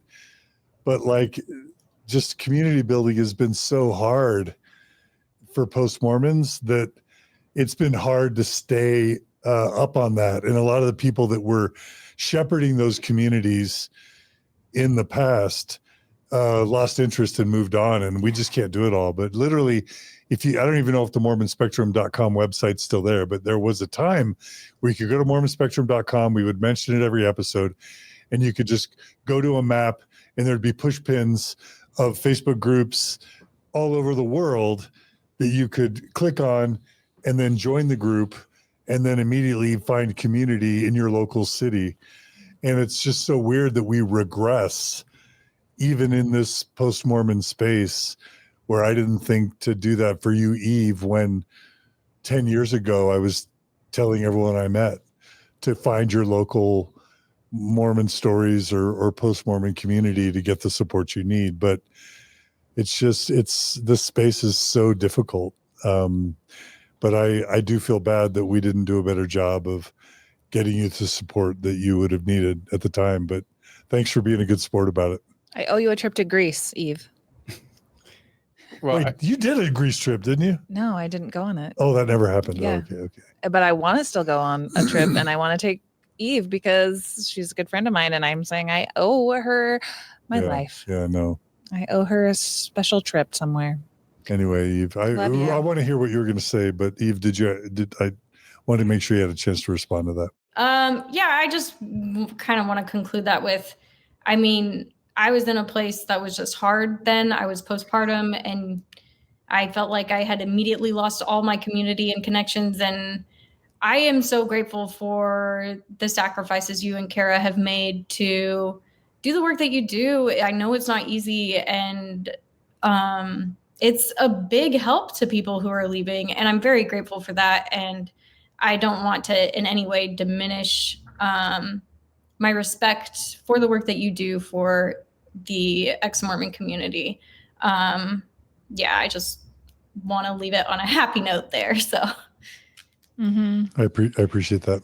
What were you going to say, Neal? Oh, just that, we were very much communicating with Eve about questions and issues that we had, and with our daughter, our other daughter, Karen, who had come out as bisexual. And, I don't want to skip over that point, because that was before, when Karen came out, we felt so bad that we didn't know more earlier about how she was feeling and what she was going through, because we love her and we felt terrible that we weren't more in tune with where she was, right?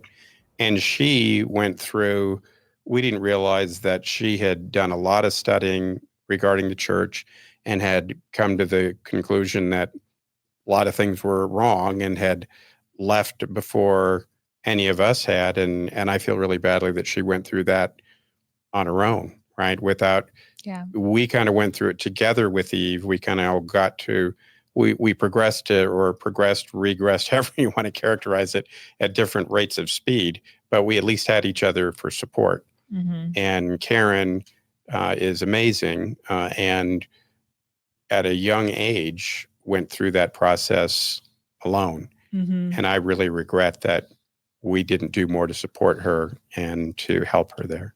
Right. Yeah.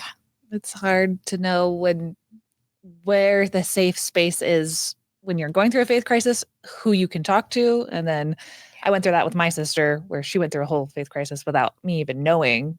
And I would have been a safe space, I thought of myself at the time, but she didn't see me as that. And it can fracture your relationships with, like, I thought that we would be able to talk about these things, but just, you don't know what person is going to be a safe space to always reach out to. No. So yes. And we weren't there. We weren't that for her at that time. And we have big regrets about that. Right. Yeah. But luckily we're in a good place now. And she told us she's grateful for that. And that if we hadn't come here to this point, she probably wouldn't be comfortable, spending as much time with us or be as close to us as she is. So key point here, 2 of our kids are basically in, 2 of our kids are out. We love them all equally. Support and sustain those who are in fully. Our son just blessed our new grandchild on Sunday, and I was honored that he invited me to stand in the circle and participate in that ordinance. It was beautiful. So you haven't resigned. You're still, I don't know, priesthood exercise worthy, I guess. Well, here's my thing on this. I don't know if you remember the episode of The Office where Michael Scott declares, he's told he needs to declare bankruptcy. Mm-hmm. And so he goes and stands outside and he goes, I declare bankruptcy. Not really the legal way to do it. I kind of feel similarly about that. Like, I don't owe anybody an explanation or a declaration of exactly where I am. I don't like being stereotyped or pigeonholed. So I'm not going to answer that question necessarily, right? Love it. I'm doing what I think is cool and what is right and what is good. And for you, standing in the circle of your grandbaby's was beautiful. Mormon blessing was something cool. You wanted to be a part of. Yeah. I was honored that he asked me to stand in, and it was beautiful to participate. So okay, so let's go back to your faith journey. So you've now to catch us up. So where are you in your journey, and where does this faith crisis study that actually helped create with some dear friends, how does that come into play in your journey? Okay, so I go see my current stake president, I have this series of interviews with him in which I was super vulnerable, a lot of tears, a lot of just listening, and in those interviews, what struck me was that he made all kinds of assumptions about me that were just inaccurate. I didn't feel my stake president. He's a good man. I don't think he was listening to me. I don't think he was hearing me. And he seemed to just be focused on dissuading me from looking at anything other than the church's narrative and trying to keep me in, as opposed to really even empathizing very much with me and trying to help me get answers. And so then I went to another, a former stake president who was stake president when I was bishop on the north side of town, who had been a friend and mentor to me for many, many years, super awesome guy. And I told him what was going on. And I got a very different response. He was super loving and kind and empathetic. And he basically expressed his love and confidence in me and wanted to help me get answers. And he had a lot of very high level church connections. And he said, Neal, I bet you the general authorities just don't know that this is going on, that there's so many members that are coming across polyandry and this crazy stuff and are struggling with this the way that you are. You have spent, I spent a couple of days with President Nelson introducing him to the mayor of Houston and other leaders in Houston for various reasons, which was a really cool experience. And so he was kind of like, you need to talk to the general authorities so that they can understand what's going on. And maybe you can help them, figure out how to do a better job of ministering to people similarly situated. So I'm like, okay, cool. Maybe there's a role for me to help reform the church, and then Eve sent me the study, which was what was the name of that study again? I don't have it right in front of me. The one you just mentioned? Yeah, the one Yeah.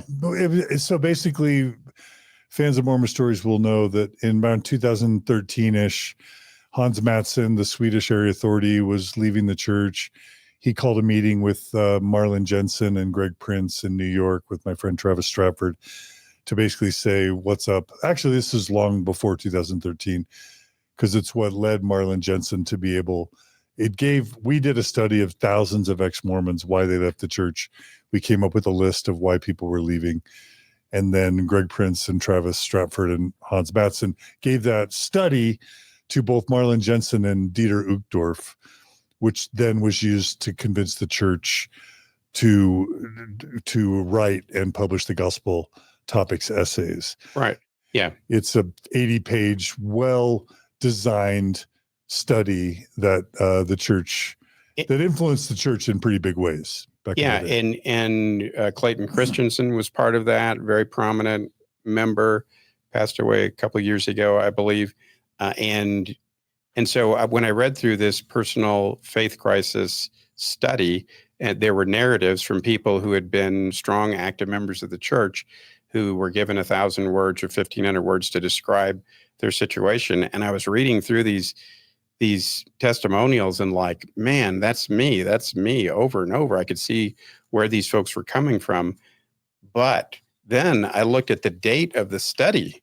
Remember, I'm looking for information to help me figure out how to help the church understand that, LDS personal faith crisis. There it is. What's going on. And my former stake president's like, maybe you can help with this. And I see that it was submitted to the church in 2013, like almost 10 years ago. And I remember I was working out, and again, people are going to think I'm just like the biggest baby crying all the time. But that devastated me because I remember breaking down again, just in tears, thinking, oh my gosh, they know exactly what's going on to people who are in my situation and in our situation. And they've known for 10 years because that study was really well done and really succinct and clear. And it was awesome. I've given it to my stake president, and he gave it to members of the High Council and said, hey, I've given it to people saying, look, if you want to understand people going through a faith crisis, read this. It's awesome. But it devastated me because I knew there wasn't anything I could do to educate these guys, they fully knew what was going on. It's worse because they knew back when B.H. Roberts questioned the Book of Mormon back in the 1910s and 20s. They knew when Von Brody released No Man Knows My History in the 1940s. They knew when the Tanners came out in the 1960s and the Book of Abraham papyrus were discovered in the 1960s. They knew all through the Leonard Arrington administration when they opened up the church history department, but then shut it down because in 82, because they became uncomfortable with all the uncomfortable history.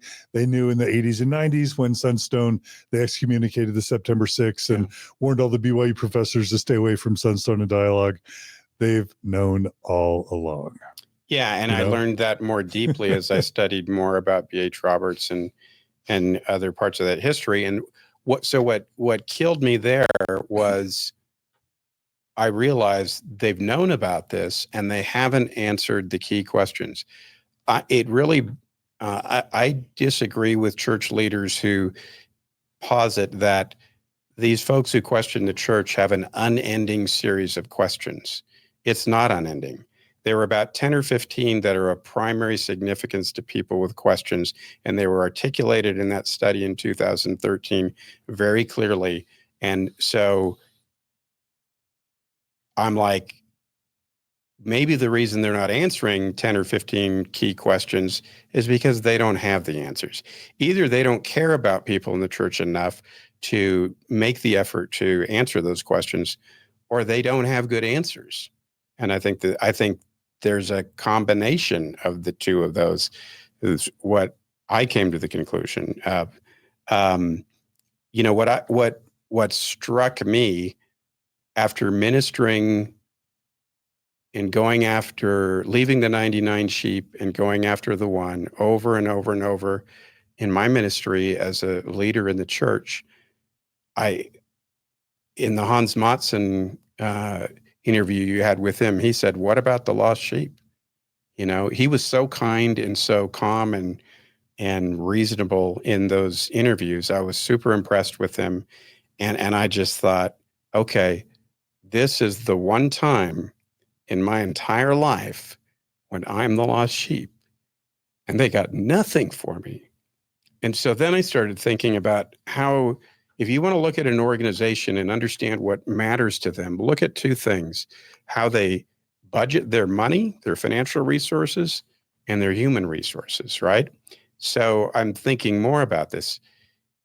If I have an alcohol addiction or a sex addiction or a drug addiction in the church has 12-step programs that I can go to for almost any kind of sociological or, mental, emotional, whatever. They have resources that they bring to bear to help their members. Here we are after 58 years of dedicated, faithful service to the church, and we weren't seeking negative information. We only stumbled across it when we were trying to help our daughter, whom we love. And we're asking sincere questions, not in a position to tear the church down. I was going to great lengths not to injure anybody's faith. And there is nothing available. They're not training their local leaders to answer these questions. There's not pamphlets that you can read that answer the questions. They do have the gospel topics questions online, which is a step in the right direction. But after you read a lot of the gospel topics and you do additional study, you find that they're often watered down and don't really contain the hard truths that are out there and the facts that are out there. And so I was just stunned by the inattention to those in our situation. And then I thought, okay, the intentional inattention. Intentional right? attention. Because they don't want to spread the virus. So they know there's a virus.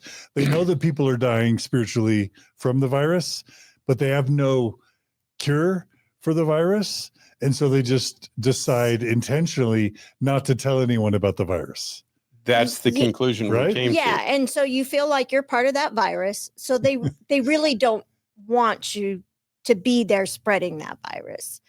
They want to cut you out. You don't feel that necessarily from your local board, like you feel from your ministering brothers and sisters and so forth. They just kind of want to help you. And as long as they don't perceive you as a threat. But here's the thing. One of the things I remember I asked our stake president was, I said, hey, can I just kind of be a mellow member for a while? Not have a bunch of callings, and responsibilities, and just be chill. And I like the hymns and just come to sacrament meeting. After all you did for the church. After all I'd done for the church for 58 years. Yeah. And this is after him seeing how traumatized I was with all this stuff. And I would assume he would have said, yeah, that's cool. But he didn't. He said, well, it's a participatory church. And I'm thinking, are you freaking kidding me? I want to take a breather after 58 years of like full bore activity. And you're dissuading me from this or telling me that that's not okay. What was he thinking? I don't know. It may have been a moment where he didn't think enough about it because it just was staggering to me. It's like, I don't get to take a break. Neither do you.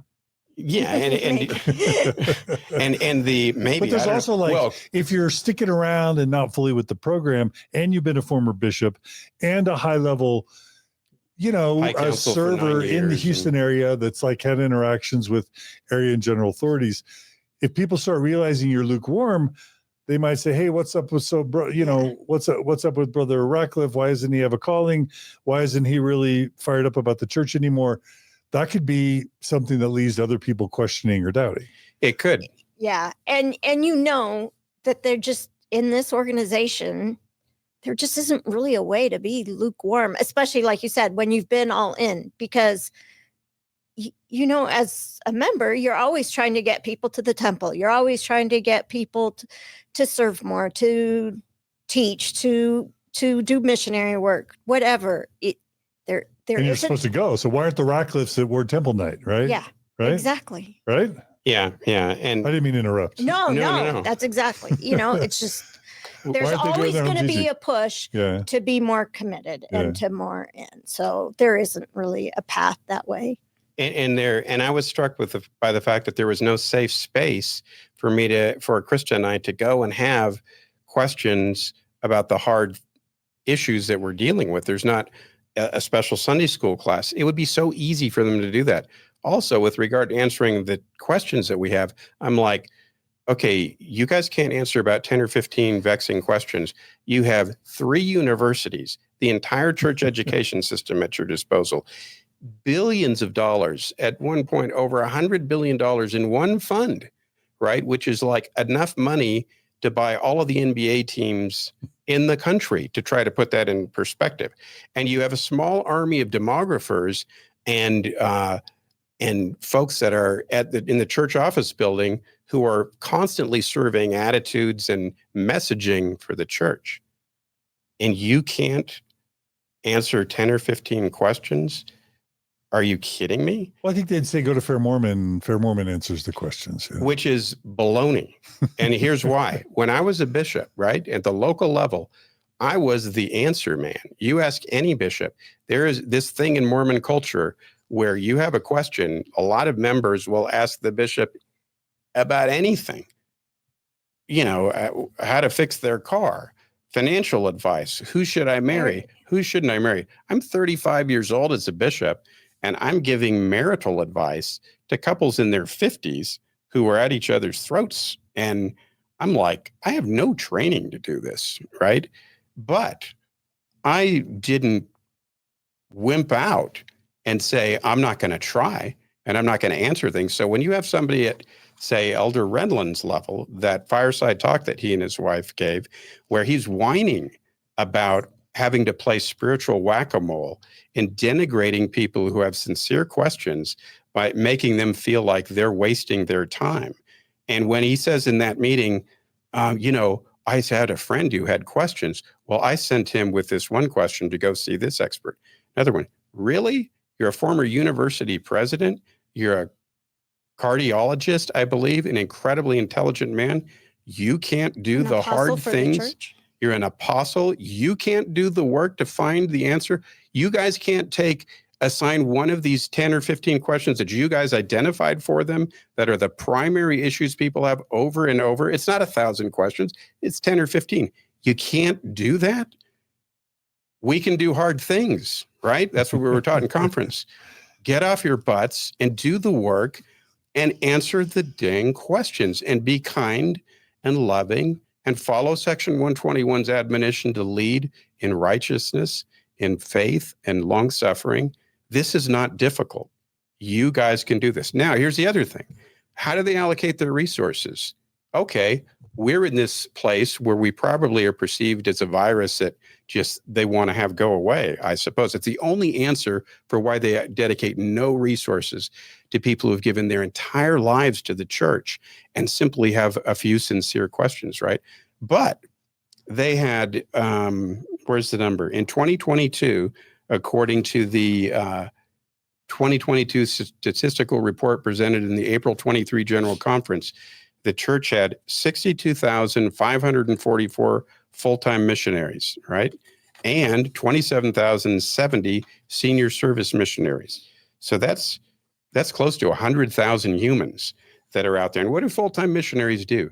Spend all day, every day answering every conceivable question anybody who's never given 5 minutes of their time to the church will ask them, right? They are the answer people. And so on the front end, trying to bring people in, there's this massive allocation of human resources. On the back end, when we've given our whole lives and we've loved our service and we've loved the church and we have one question, please explain polyandry to me.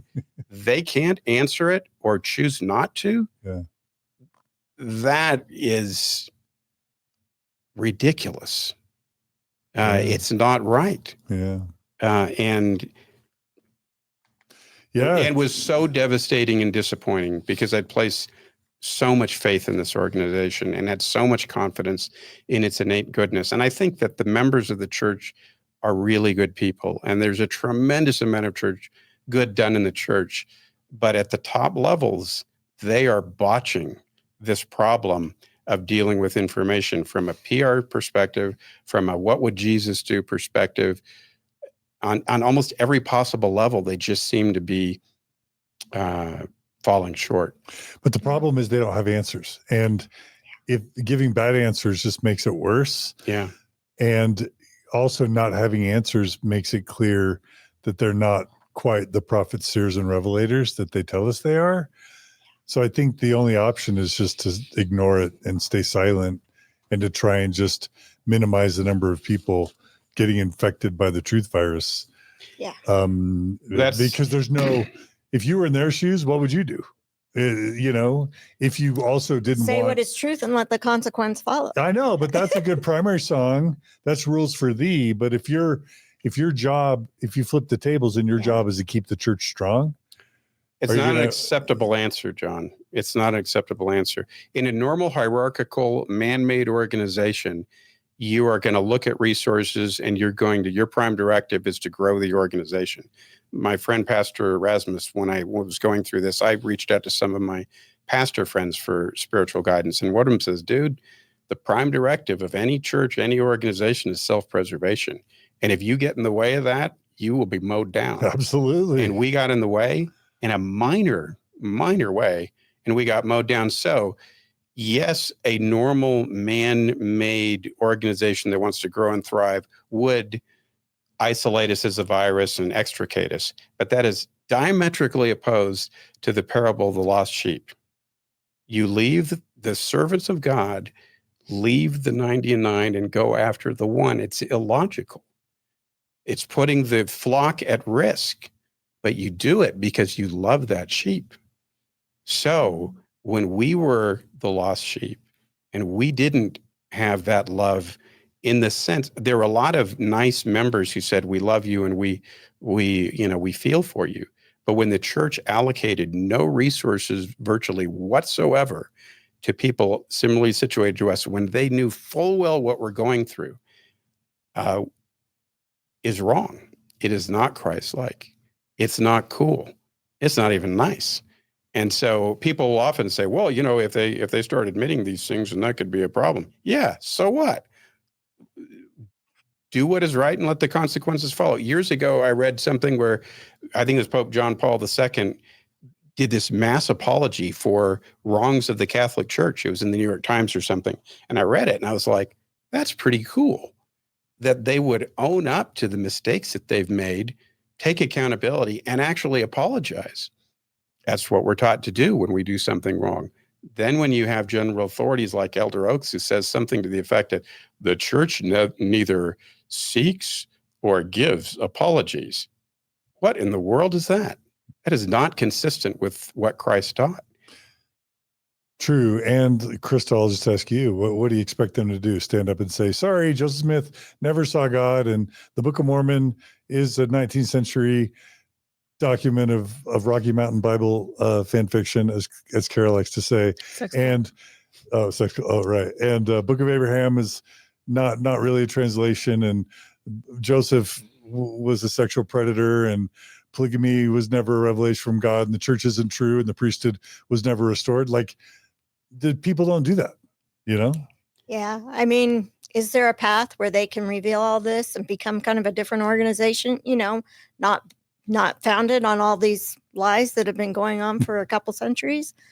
I don't know, you know, but the more you look into that, the more you realize that these lies have started from the beginning and have been perpetuated by how many in the organization are keyed into it.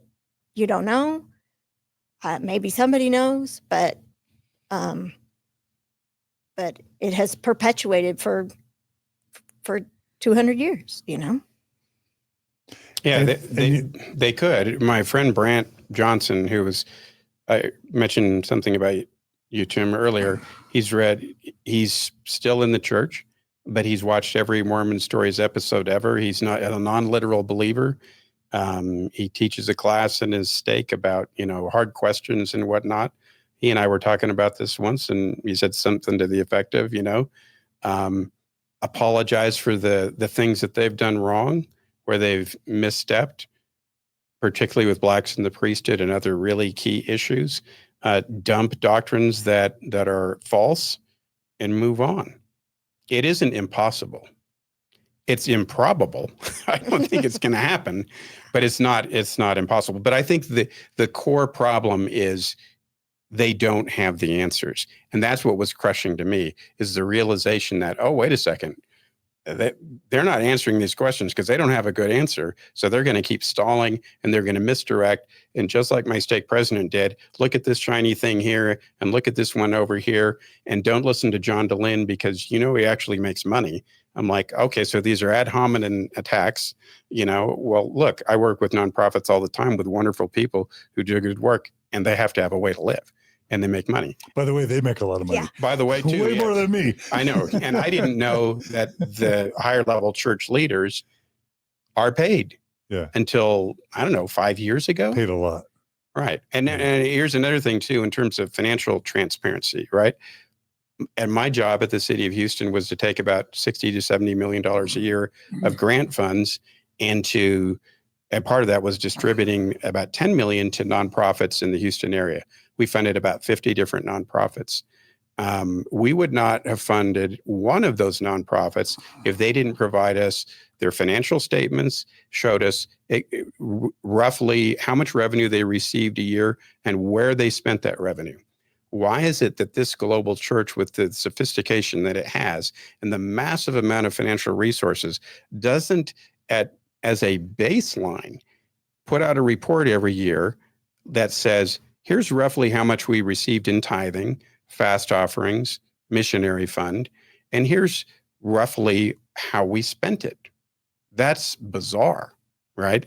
And the SEC stuff, where the church was fined, and Ensign Peak, that is very, very unusual. And I worked at the Department of Housing and Urban Development as an assistant secretary to Ben Carson, and I was responsible for about $9 billion a year in funding and another $35 billion in disaster recovery funding after Hurricane Harvey and Irma and Maria and some of these other disasters. It's a huge deal, right? By the way. It's a huge deal. Yeah, I know. Yeah. So yeah, he's a cool guy. Yeah. No, I know. Cool. I'm just saying, look, we had stewardship over a significant amount of money. And we were careful in the way we dispersed it, right? So we wouldn't, when I was at the city dealing with these lesser amounts, 10 million, we wouldn't have funded one nonprofit that didn't give us that basic financial information. Yeah. And yet they don't. Yeah. And they won't. Yeah. And people think that the federal government's so irresponsible with its resources. That wasn't your experience. It wasn't my experience at all. Yeah. When high-level leaders in the federal government are looking at sanctions for, say you're the SEC and you're looking at improprieties, there is a political element of it. So when I was responsible, that's why I went into the amount of money I was responsible for. When there were cities or states or local governments that weren't using their HUD funds correctly, the staff would come to me and say, hey, this housing finance agency in Rhode Island is really messing up. Here's a menu of options that you have, Neal, that we can use to address this. We can slap them on the wrist. We can send them a warning list. We can ask them to pay the money back. We can not send them more money in the future. And you know what? The decisions regarding how you would handle those often were political. I tried to depoliticize them, but they were often very political. So for people who say, oh, that SEC thing with Ensign Peak was no big deal at all, the church just got smeared in that. I completely disagree. The fact that the federal government was willing to actually level financial penalties against the church with the political ramifications of that, and given how large the church is and how influential it is significant. Mm-hmm. And it is a big deal in terms of the finance world if you are not being forthright and how much impact you have on the markets. The reason those SEC disclosure rules exist is so that people know if a big, massive hedge fund, which is what Ensign Peak effectively was, is going to move the market somehow or dramatically impact it. So when you establish, myriad LLCs to water down the combined or aggregate impact on the market that you have, you are being deceptive. And the folks at the top of the leadership of the church, maybe I'll get in trouble for saying this or somebody will get mad at me. I really don't care. These are not unsophisticated people. These are very, very smart lawyers, high-level business people. And here's the other thing. They acted like, well, our lawyers told us to do it this way. And so, we did it that way. And we just followed the advice of our lawyers. I'm a lawyer. Clients just don't blindly follow me. They don't. Yeah. I work on $50 million real estate projects. And when a problem arises, they'll ask me my opinion and to research and analyze things. But they're the boss. They're the boss. Yeah. And they frequently say, yeah, we know there's some risks there, Neal. We don't care. This is what we're going to do. Yeah. So you cannot tell me that, guys, these clients that they have, the top leaders of the church are really smart and sophisticated. Harvard MBAs. So they can't just say, oh, well, it was just our lawyers who screwed up. No, that's, It's baloney. So the lack of transparency bothers the heck out of me. Yeah. If you didn't get that from my tone, sorry. Was that why you're trying to get me to calm down? So it ticks me off. Yeah. Thank you. That was great. Eve, I want to come back to you now. Like a couple of years ago, you sort of innocently came on Mormon Stories and Nuance Ho channel, shared your story. Now it's 2.5 years later. You're sitting here listening to your parents share their full deconstruction story. I just want to hear what that's like for you, how that's been for you, where that leaves you now, where that leaves you in your relationship with your husband and with your parents and with your siblings now. Are you feeling better off? Are you feeling worse off? Are you really glad you did that episode? Do you wish you could go back and not do it or do it differently? I'd love to now just give you the floor to take some time to tell us how this has all been for you. It has been a lot. Yeah, my relationship with my family is good. With my parents, obviously. with my husband, it's good as well. He doesn't feel the need to dive into all the nitty gritty, but we're in the same space in our activity in the church. I think the hardest thing is just losing the community. It can feel so lonely. But that's why I'm grateful to have, be close to my parents now and to have them as support. I would not change it at all, even though it was difficult, because one of the things I value the most in life is truth. And I do not want to be deceived. I also feel like the world is my oyster to some extent, that I had my life pictured going very much one way. And now I really trust who I am. I trust my feelings that I pushed down as a kid when I didn't like certain things. And I don't need to look to an outside source for what I can and can't do, or what I can personally handle, or how to live my life. I am a good person and I can make those judgments myself. And yeah, I can still raise my child in a good way. I think the hardest thing is just trying to figure out how to build community outside of the church, when that's basically the only community I've known. But I feel like I'm finding ways to do that, and I'm getting better at that. And yeah, I'm really grateful for the whole experience. So you don't regret learning these things. You don't regret coming on Mormon Stories, and you don't regret sort of being a pioneer leader, sort of leading your family and your parents, at least some of them, out of the church. You feel good about that? I do, and I feel like it's appropriate. My name is Eve. I was told not to partake in this information, and I said, to hell with that. And then I told people I can't be here anymore and I'm leaving. And some of them have chosen to follow. So there you go. If we're going to extend the metaphor, into the lone and dreary world where there are thorns and thistles and noxious weeds. But you're standing by your decision, Eve. Yeah, I mean, it is hard sometimes, especially with the passing of my grandmother and just thinking about my ancestors. I'm honestly more interested in my family history, especially those who were pioneers and people in the church, to just kind of feel like a nail in the coffin that ends this multi-generational decision and way of life.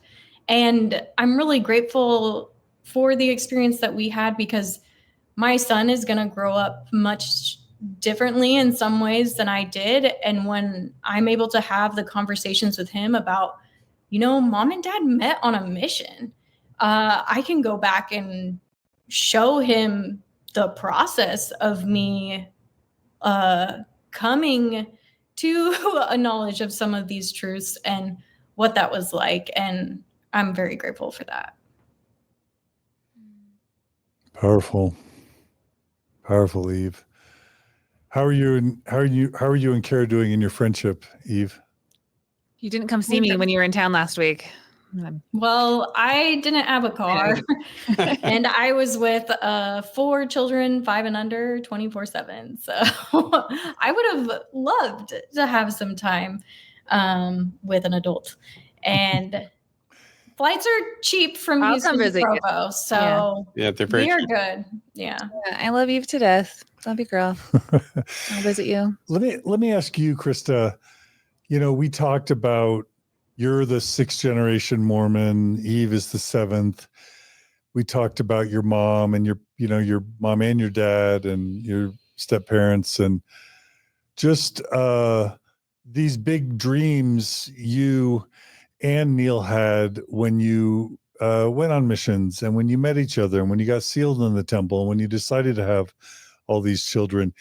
y'all had this big, beautiful Mormon dream, and you lived it into your 50s like no one else, no worse than anybody else, as good as anyone did, as devoutly, as faithfully, as sincerely, with as much sacrifice as pretty much anybody. How are you doing now, seeing that big Mormon dream take an unexpected turn away from faithful Mormonism? How are you doing? There's definitely hard days, where being kind of 2 years out in this process, feel like I'm in a really good place. But there are some days where it just feels kind of sad and lonely. But on the whole, I feel joy in a way. True joy, even? True joy. You were in a able way to that feel that? the church teaches you can't. I feel Someone might say, how could you feel joy? There's no, I know. What do they say? You cannot feel true joy outside of the Wickedness gospel. never was happiness. Yeah. broke Wickedness your never. covenants. Thank you, Carah. Yeah. They who reject this glad message shall never such happiness know. Thank you. Thank you. We literally sang that on Sunday, this past Sunday, for my nephew's Baby blessing. Yeah. You rejected this glad message, and never such happiness will you know. Has that been your experience? No. And as a matter of fact, I feel like my relationship with Neal I feel like we're closer than ever. Me too. I feel like it kind of sheds this veneer of feeling special, of putting off some things because you've got eternity to be together with your family. It helps put more emphasis on here and now, and creating those relationships here and fostering them, and how important it is for me to connect with my children and my husband in the here and now, because I'm not counting on eternity to perpetuate those things. It puts you it makes the world a more beautiful and special place in a way that I didn't experience before, and makes the people around me more beautiful and more special. That's how it is for you now, because it's a big loss. Some would say it's a very big loss. There's a lot gained though too. Yeah. There's I feel like there's bigger gains. It was a hard transition, definitely. And there's parts of it I'm still going through, and going through it at 58 to 60 is difficult. And having moved away from the space where I developed all those relationships in the church, we live about an hour away from that part of Houston. And I feel like I've kind of lost all my friend base, through that. And so it's a hard time of life to make that change. But there's just still beauty on the other side of it that you don't have in the church. How much of the loss of those friendships over decades is A, they don't want to be around you because you've left the church, or B, you don't want to be around them because they're still in the church? It's a very good question. And it has a lot more to do with the fact that we moved away to Austin, then we moved to DC, back to Austin, and then to the other side of Houston. So we've just naturally had this separation. And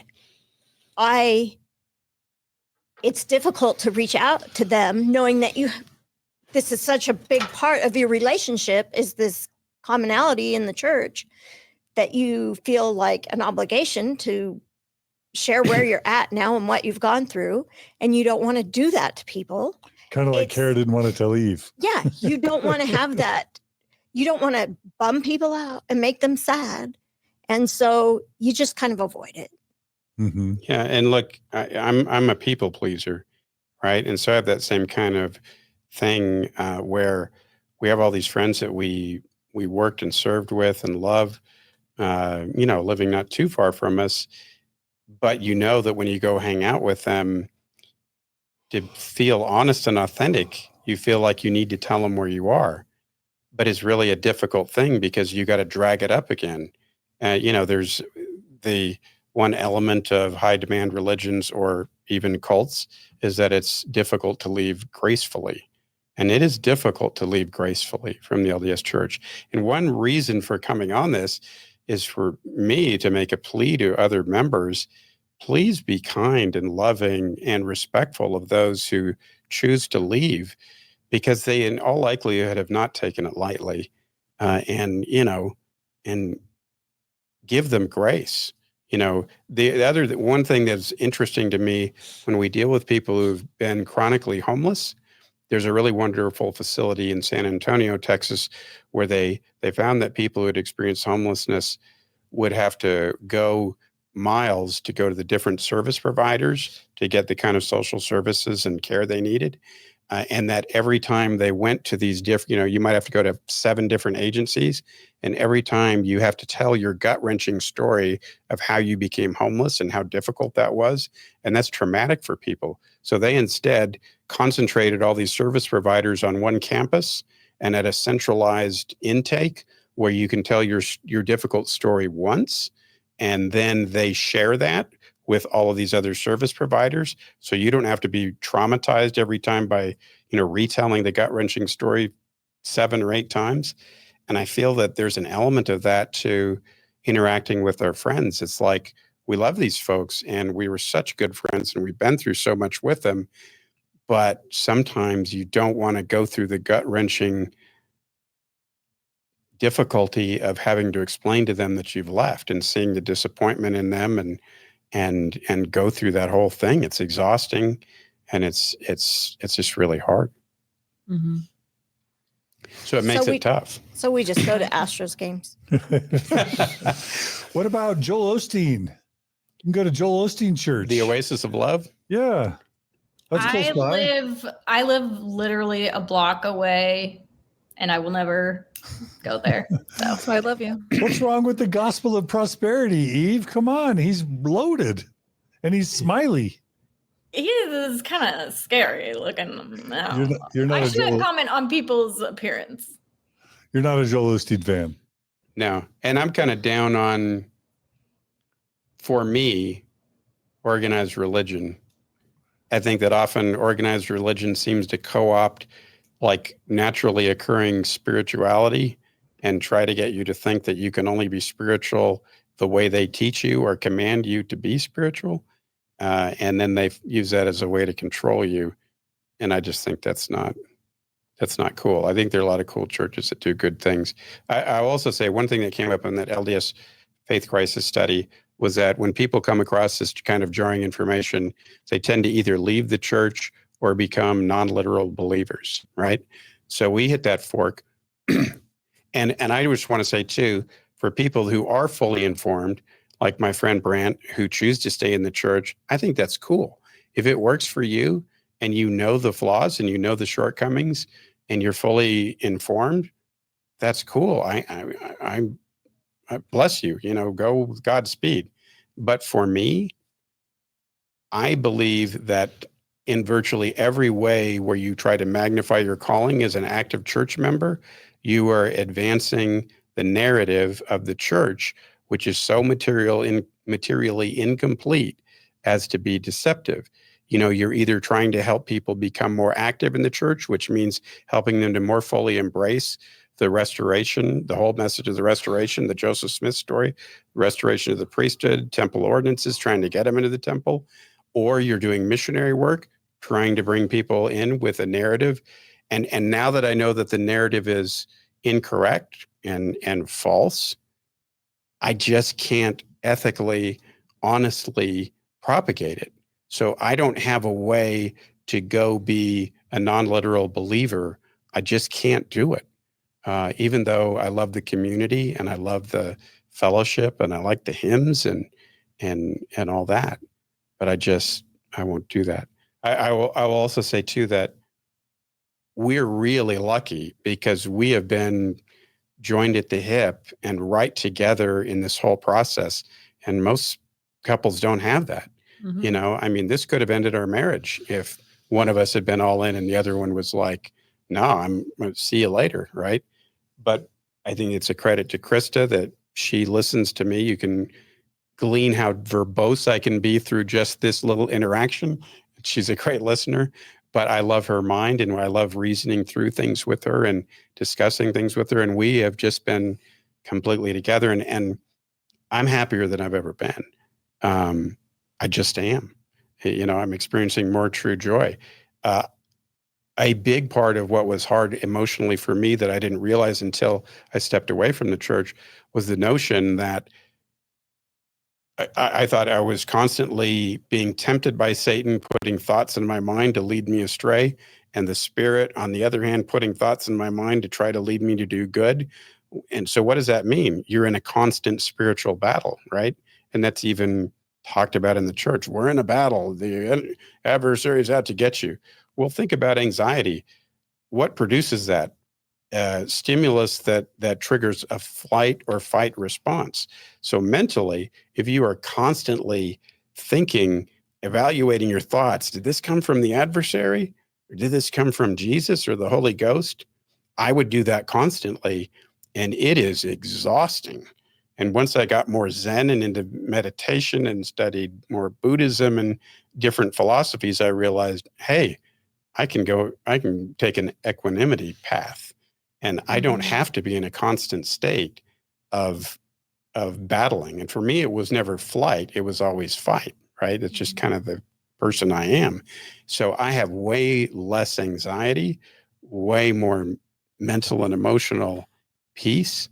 It is really nice to have more time. Having a second Saturday is awesome. Although we were really into obeying the Sabbath day, not sending 10% of my income to an organization that won't even, show me the courtesy of telling me roughly how much they've received and what they're spending it on, is nice.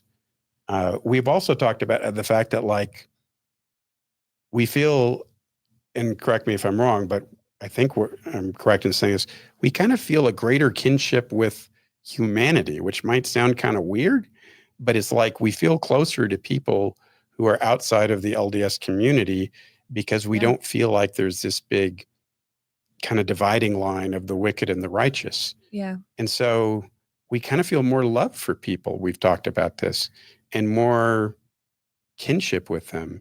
And that's a beautiful thing. Yeah. We don't have all the answers like we used to.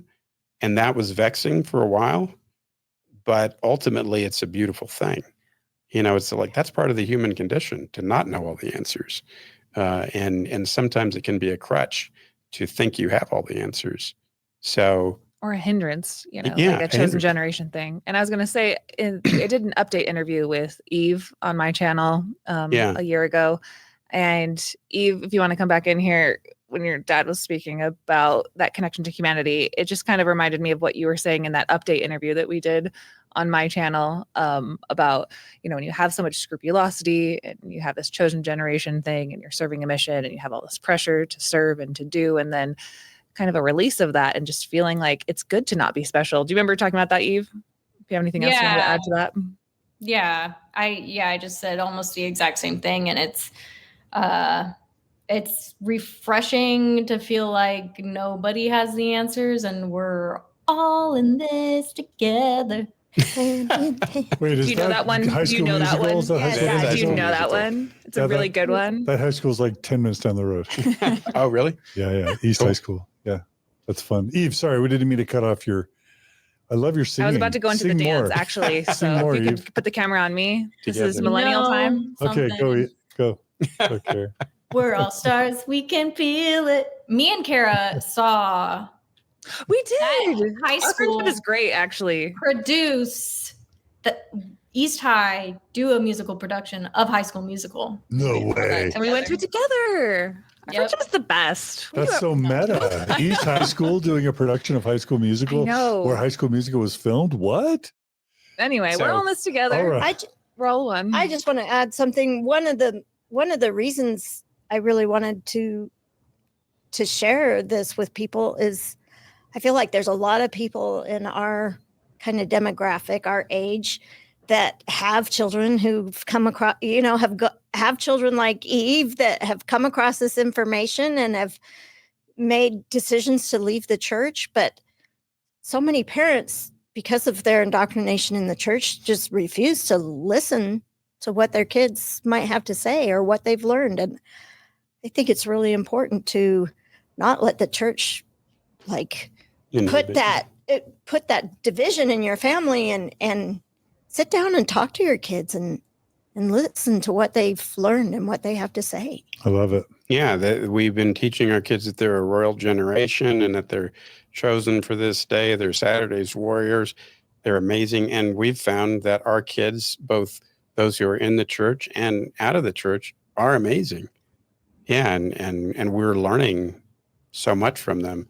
It's really cool to get to a point in your relationship with your kids where they're teaching you life-changing truths and opening up your mind to new experiences and a way to live in a happier, more productive, peaceful way. It's pretty cool. Love it. And the other benefit I want to add about being on this side of things is not focusing on perfectionism and yeah, always having to be progressing and being better each day than the day before, just be. Well said. Beautiful. All right, Eve, any final words you want to share before, and Carah will come to you too and ask same thing, but Eve, any final words of wisdom or, words of closure now that you've been able to hear your parents tell their journey? Or what surprised you? I'm interested. Anything else that surprised you throughout this journey? Well, one thing I will say, when I was a teenager, I thought I knew everything. And then I didn't think I knew everything. But now I kind of think I know everything and that my parents should just always listen to me. I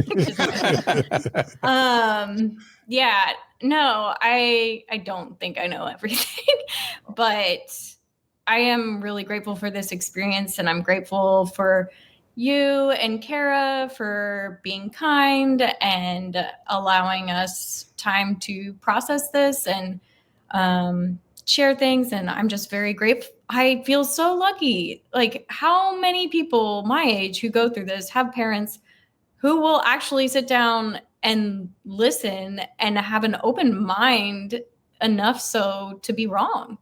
I think that's very, very more uncommon than it should be. And I feel very grateful for the examples of humility that my parents are in being open to learning, no matter how old you are. So humility and growth mindset after 58 or whatever years of... We're 60 now. So. Yeah, after 58 years of devotion to a very orthodox way of life, saying, hey, we'll follow you, our daughter, and we were wrong, and we'll learn from you. That is an amazing testimony. And Carah, I'm really glad you brought this entire family to the Mormon Stories family. Yeah. Can I say one last thing? Sorry. Please. I just, over and over again, I feel like I'm going to cry. I feel like my biggest regret is that the pain that the church caused people that I love, that wasn't enough. Because I look back now and I see how wrong it is and how hard it was for them. And I wish that had been my breaking point rather than learning historical facts about someone from 200 years ago I never knew. And so I just want to apologize to some extent that that is not what led me out completely. So are you thinking of your sister there mostly, or you don't even have to say if you don't want to, but I'm just wondering if there's people you have in mind when you say that, Eve, and you don't have to share. Yeah, I mean, I spoke of my friend who came to me 15 years ago, who was my best friend, and we don't talk much anymore. My sister, and I have other extended family members who are of the LGBTQ community, and yeah, I'm just thinking about them. So That's No, and powerful. I Christa. feel the same way, that my biggest regret that wasn't the impetus that led me out, was when our daughter came out to us. That should have been, I should have been there, right there with her. And I feel that too. You know, when our daughter came out, we both felt like, look, this is just wrong that the church is not accepting her. We knew how incredibly good a person she was and is, and how devout she was. And not that that's the measure of goodness. She was just an incredibly wonderful person. And so we talked to Karen about this last night, you know, and that told her that we apologize for not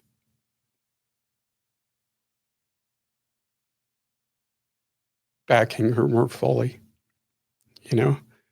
And I think this is one other point that we didn't touch on, but there was a talk that President Kimball gave years ago about missionary work, and he said that we should indoctrinate, and they use the word indoctrinate, our young men in the church so that they will be raised to desire to go on missions and serve missions. And I remember even as a young teenager hearing that phrase from the prophet, indoctrinate, and it just rang wrong with me. And this is from like ultra, you know, believing, obedient teenage kid, right? That always bothered me. And I think that what happens to us in the church, people don't realize it, is that we are indoctrinated, because indoctrination by definition is getting people to not be objective in their viewpoints. So this kind of comes full circle. We talked about, how do you have all these really intelligent, well-educated people in your family who don't look objectively at things they should have, even when they impact people that they really, really love. And I think it's because we are taught so thoroughly not to go down that rabbit hole, or not to look at any evidence that's contrary to what the church teaches. And last thing I will say is, I know some really smart people in the church who will go, yeah, I'm aware of that issue, the Searstone issue, or I'm aware of this other issue. There's a huge difference between being aware of an issue. When you're in law school, you take these exams and you got to look at the law and you got to look at the facts, right? And the first step is you spot the issues. You see, okay, there's a fact pattern they give you, and you see, well, here's an issue involving torts, or, you know, a breach of contract there. But that's the very beginning of the analytical process. Then you have to be willing to do the hard work to really dig into the law and the facts that is the law that's applicable to the facts. And that takes a lot more effort. So I have tons of friends in the church who are wonderful people, one friend, for example, who spends hundreds of hours doing genealogy and temple work. But he mentioned to me a while back, before he knew I was going through something, that he had a daughter-in-law who left the church, and he was mad about it. He was like, man, we didn't ask for this. What's that about? And you know, and he literally said something, and this is a guy I really respect and love. And he said something to the effect of, you know, I don't have time to look at all those issues. Really? You know, you got hundreds of hours to spend doing genealogy work. Your own daughter-in-law is kind of bumming you out because now not everybody's at the temple when, you know, for your family activities, and you won't take a few hours at least to dig into what her questions are. That's bizarre that the church indoctrinates us to the point where we won't take the time and effort to explore these questions, even when they dramatically impact people that we love and care about. Yeah. And that's happened to us. And I feel bad. That's why we talk about informed consent on Mormon Stories. And it really does come back to the BITE model that Stephen Hassan developed, where high demand religions and cults control the information to control your thoughts. And they, you know, manipulate you with emotion and fear so that you won't feel comfortable learning and exploring and thinking your way out of their control. And that's really what it comes down to. That's another thing. I keep saying last thing, but I feel so much less guilt now. I constantly evaluated my behavior, and particularly the way I used my time. Am I using my time productively? Am I multiplying my talents? I kind of drove myself crazy every day, inventorying whether I was living up to what God wanted me to do with my time or not. And that's exhausting. And now you go to Astros games. Now I go to Astros games, and we have a second Saturday. We have more time to, honestly, for your mental and emotional health, having a whole nother day in the weekend to be able to recharge is actually really beneficial. Yeah. Lo and behold. All right. Well, Eve, you're a star, and we love you, and we're grateful. Carah, anything you want to say to Eve? Eve, thank you for being my friend and being so open to coming in here and trusting me and letting me put this video up there on the internet for hundreds of thousands of people to watch and help people through their journey and deconstruction. And I just think it's quite the journey we've been on together since we met in 2012, probably. It's been quite the journey. And this is such a cool incarnation of a life that I get to live with you guys all together. So thank you. Thank you, viewers at home. Thank you, everybody. This Thanks, is such a cool Eve. story. We love you. We're grateful for you. Thank you, Eve. And I want to say... Wait. Anything else, Eve, before you sign off? I think Carah and I need to build a little more upon our post-Mormon relationship. Okay. So we can spend more time there and have some fun. So. Fun in the thorns and thistles and noxious weeds. See you, Eve. See you. We love you. Thank you so much. We love you, Eve. Thank you. And I just want to thank both of you, as well as Eve, of course, who's just signed off, for being so generous with your time. You have a lot of demands on it and a lot of people that want to come on your podcast and whatnot. And we know how busy you are. And I'm really grateful that you presented the information that you did to Eve in a compassionate way, and in a way, though, that didn't pull punches in terms of putting out the difficult information, because that was the catalyst that has changed my life and our lives for the better. Mm-hmm. In a demonstrable way. We are much happier and much